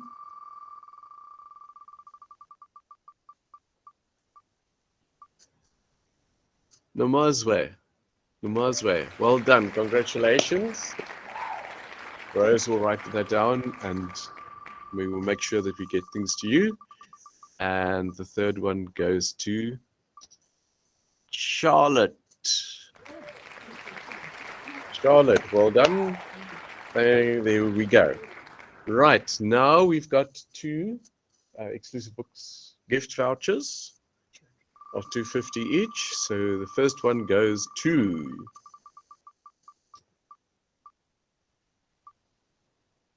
Kirsty. Congratulations, Kirsty. There you go. And then another one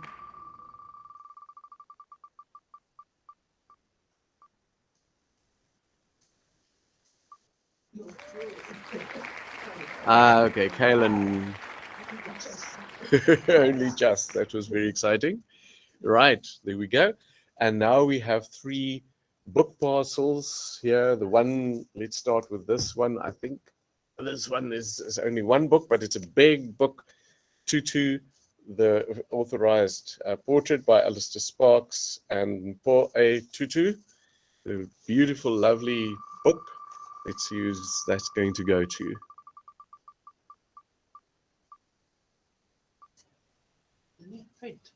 Lynette. Congratulations, Lynette. We will get that to you.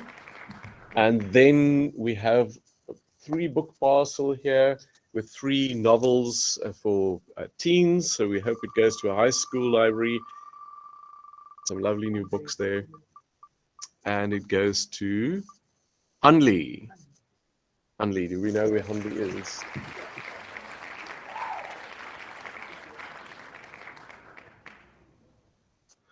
Okay, and then here we have two book parcel. One says, I can tell you about global warming, and the other one is an encyclopedia of animals. Nice solid big book, hardcover. And it goes to Lizelle. Right, Lizelle, we will get this to you. And then the last one here is The Ultimate Book of Animals, and a lovely book here about fantasy landscapes in watercolor. It is a guide of how to paint watercolors. So it's fascinating. So it's doing with your hands, yeah? So who's going to win that?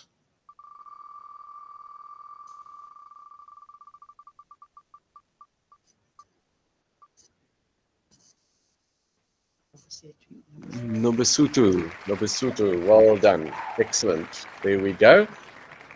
As I say, Rose will make sure that people get that. Okay, Hanley says, what did Hanley win? Hanley won the 3 teen books. 3 teen books. Hanley says she's at a primary school. Can you draw again? Okay. I wonder, Hanley, that sounds... I think we will must find some consolation prize of sorts for you, so that you. Or does she want to do a swap with somebody else? Or would you like to swap with one of the other parcels Rose suggests? If they're more primary school, if they're at a high school, is that too complicated? No, I think that's complicated. Hanley, we will make sure that you get some sort of gift.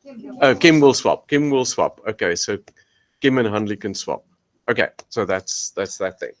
Right, people, then to round off, just a huge thank you from me. There's a long list of things to say, people to say thank you to. I just want to make a little anecdotal, jokey thing. You'll see this Mandarin College shirt. When I wore it in 2013 as chair of the committee at Bishops, I made a joke about wearing it in 2004 at Somerset College. And then my joke was that we aren't paid enough, so I have to keep my clothes for very long. And I think at the moment we must talk about emotional well-being and psychological support for people like me who hoard. And my colleague Rose will definitely support treatment for me on that level.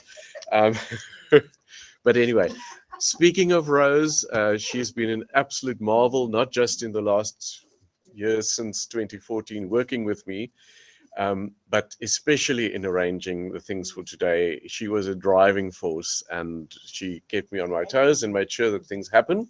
So I thank her very much for her energy there. And well, she and I and several of the other committee members here have been all kinds of ill, and not COVID, fortunately, in the last week and month. So yeah, I'm very pleased that we could all here be today and enjoy this with all of you.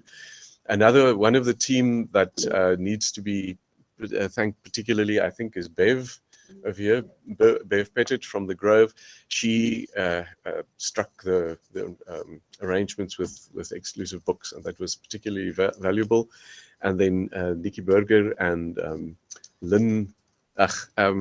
Jenny over here, who all have given wonderful comments and ideas and support. And then there are some of the team members who aren't here physically, but who are online, Kim and lots of other people who have given us input and given us support. And of course, we've offered to do 2 more of these webinars. Now, the whole structure of today, the technological structure of today, is thanks to our IT people here at Somerset College, Sean and Isak in their absence, and then particularly to Heidi Hudson-Bennett, who is on the call and who is the host of this meeting, and so on. There is Heidi. Heidi has been running things like this in the past, and she's just soaking up information and skills and things, and she has shared it with us so generously, and I think we would have gotten by, but in a very, very limited way, and things would have been much more difficult than they have been for us. So Heidi, thank you a huge amount for your generosity of spirit in making this whole thing happen to us. I also thank Bev and Rose for finding some of these book prizes for us. That was very valuable. And then, of course, we thank Exclusive Books for their gifts of vouchers to us and for our speakers, and to NB Publishers for the dictionary subscriptions. And sure, what am I missing? Can you please just inform me? We thank you all for dialing in, for registering and being part of it, for your questions and so on. We have recorded this, as we've said, and we're going to send it to everybody, to the people who've only registered for the recording, but to all of you as well. Kim has already given us the idea of sharing Chris Lloyd's talk with the staff. You know, that's something to do. The information that Professor Hoadley shared with us will also be interesting, I think, and shocking to many of our colleagues. So please take this forward. I would like to ask Heidi's help once again as part of that distribution of information. We will also send you the stuff from NB as well, so the slides and the videos, so you can catch up with that on your own as well. I would ask her to also send out a Google form where we ask you for some feedback about today, about suggestions, about what we'd like to see different, but also for suggestions about content for our next 2 webinars. We do have some ideas. We're not totally devoid of them. We're a very creative group. You know what Chris Lloyd has said about people making connections, that and yes and thing. So we are definitely going to work on that. But if you have specific topics that you would like us to broach, we've not had the time today to discuss your strategies and things that worked in your schools and in your libraries, or problems that you still have that you would like to discuss possible solutions of. Please let us know, and then if there is a very big need for talking amongst each other, Heidi has also said, for example, we can use Google Meet for breakout rooms so that smaller groups of us sit together electronically and talk, and then give feedback to the whole group and that kind of thing. So if you would like to have more of that interactive talk amongst us as a group, as colleagues, we can arrange for that. Otherwise, we find wonderful speakers again, and we will sometime during the 3rd term do this again, and then we also plan to do the last one during the 4th term. So that is the plan. I hope to see you all on screen again and more. So please spread the word, distribute the recordings to other people who haven't registered for today, if that is what you would like to do, and encourage them to write to us here at Somerset College and ask to be on a mailing list so that they can easily register when we do this again next term. I thank you all, and I bid you all a wonderful day. Goodbye. There's a song that Heidi is going to play, also sent to us from NB Books. But I leave you to it, and I say goodbye.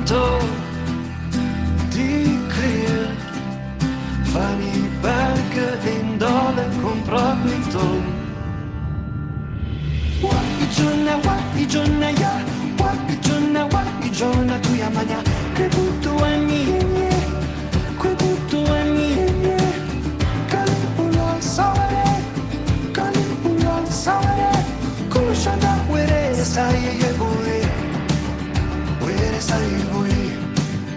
Where is I boy? En die stad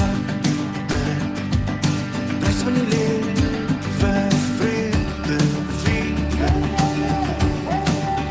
En dansen op die maat van die droom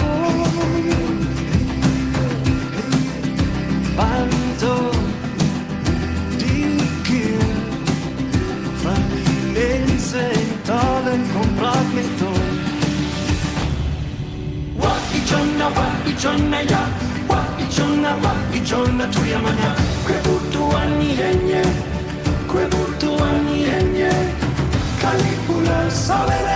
Caligula salere, kushada were saye boye, were saye boye, were saye boye, were saye boye, were saye boye, were saye boye. Where is I boy? Where is I boy? Where is I boy? Rawako savere Ichu onji vanga Que apunto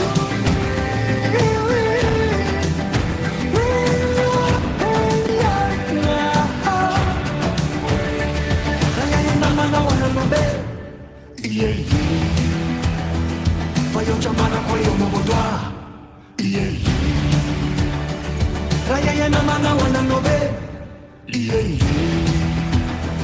Vai chamana kwa yo mobodwa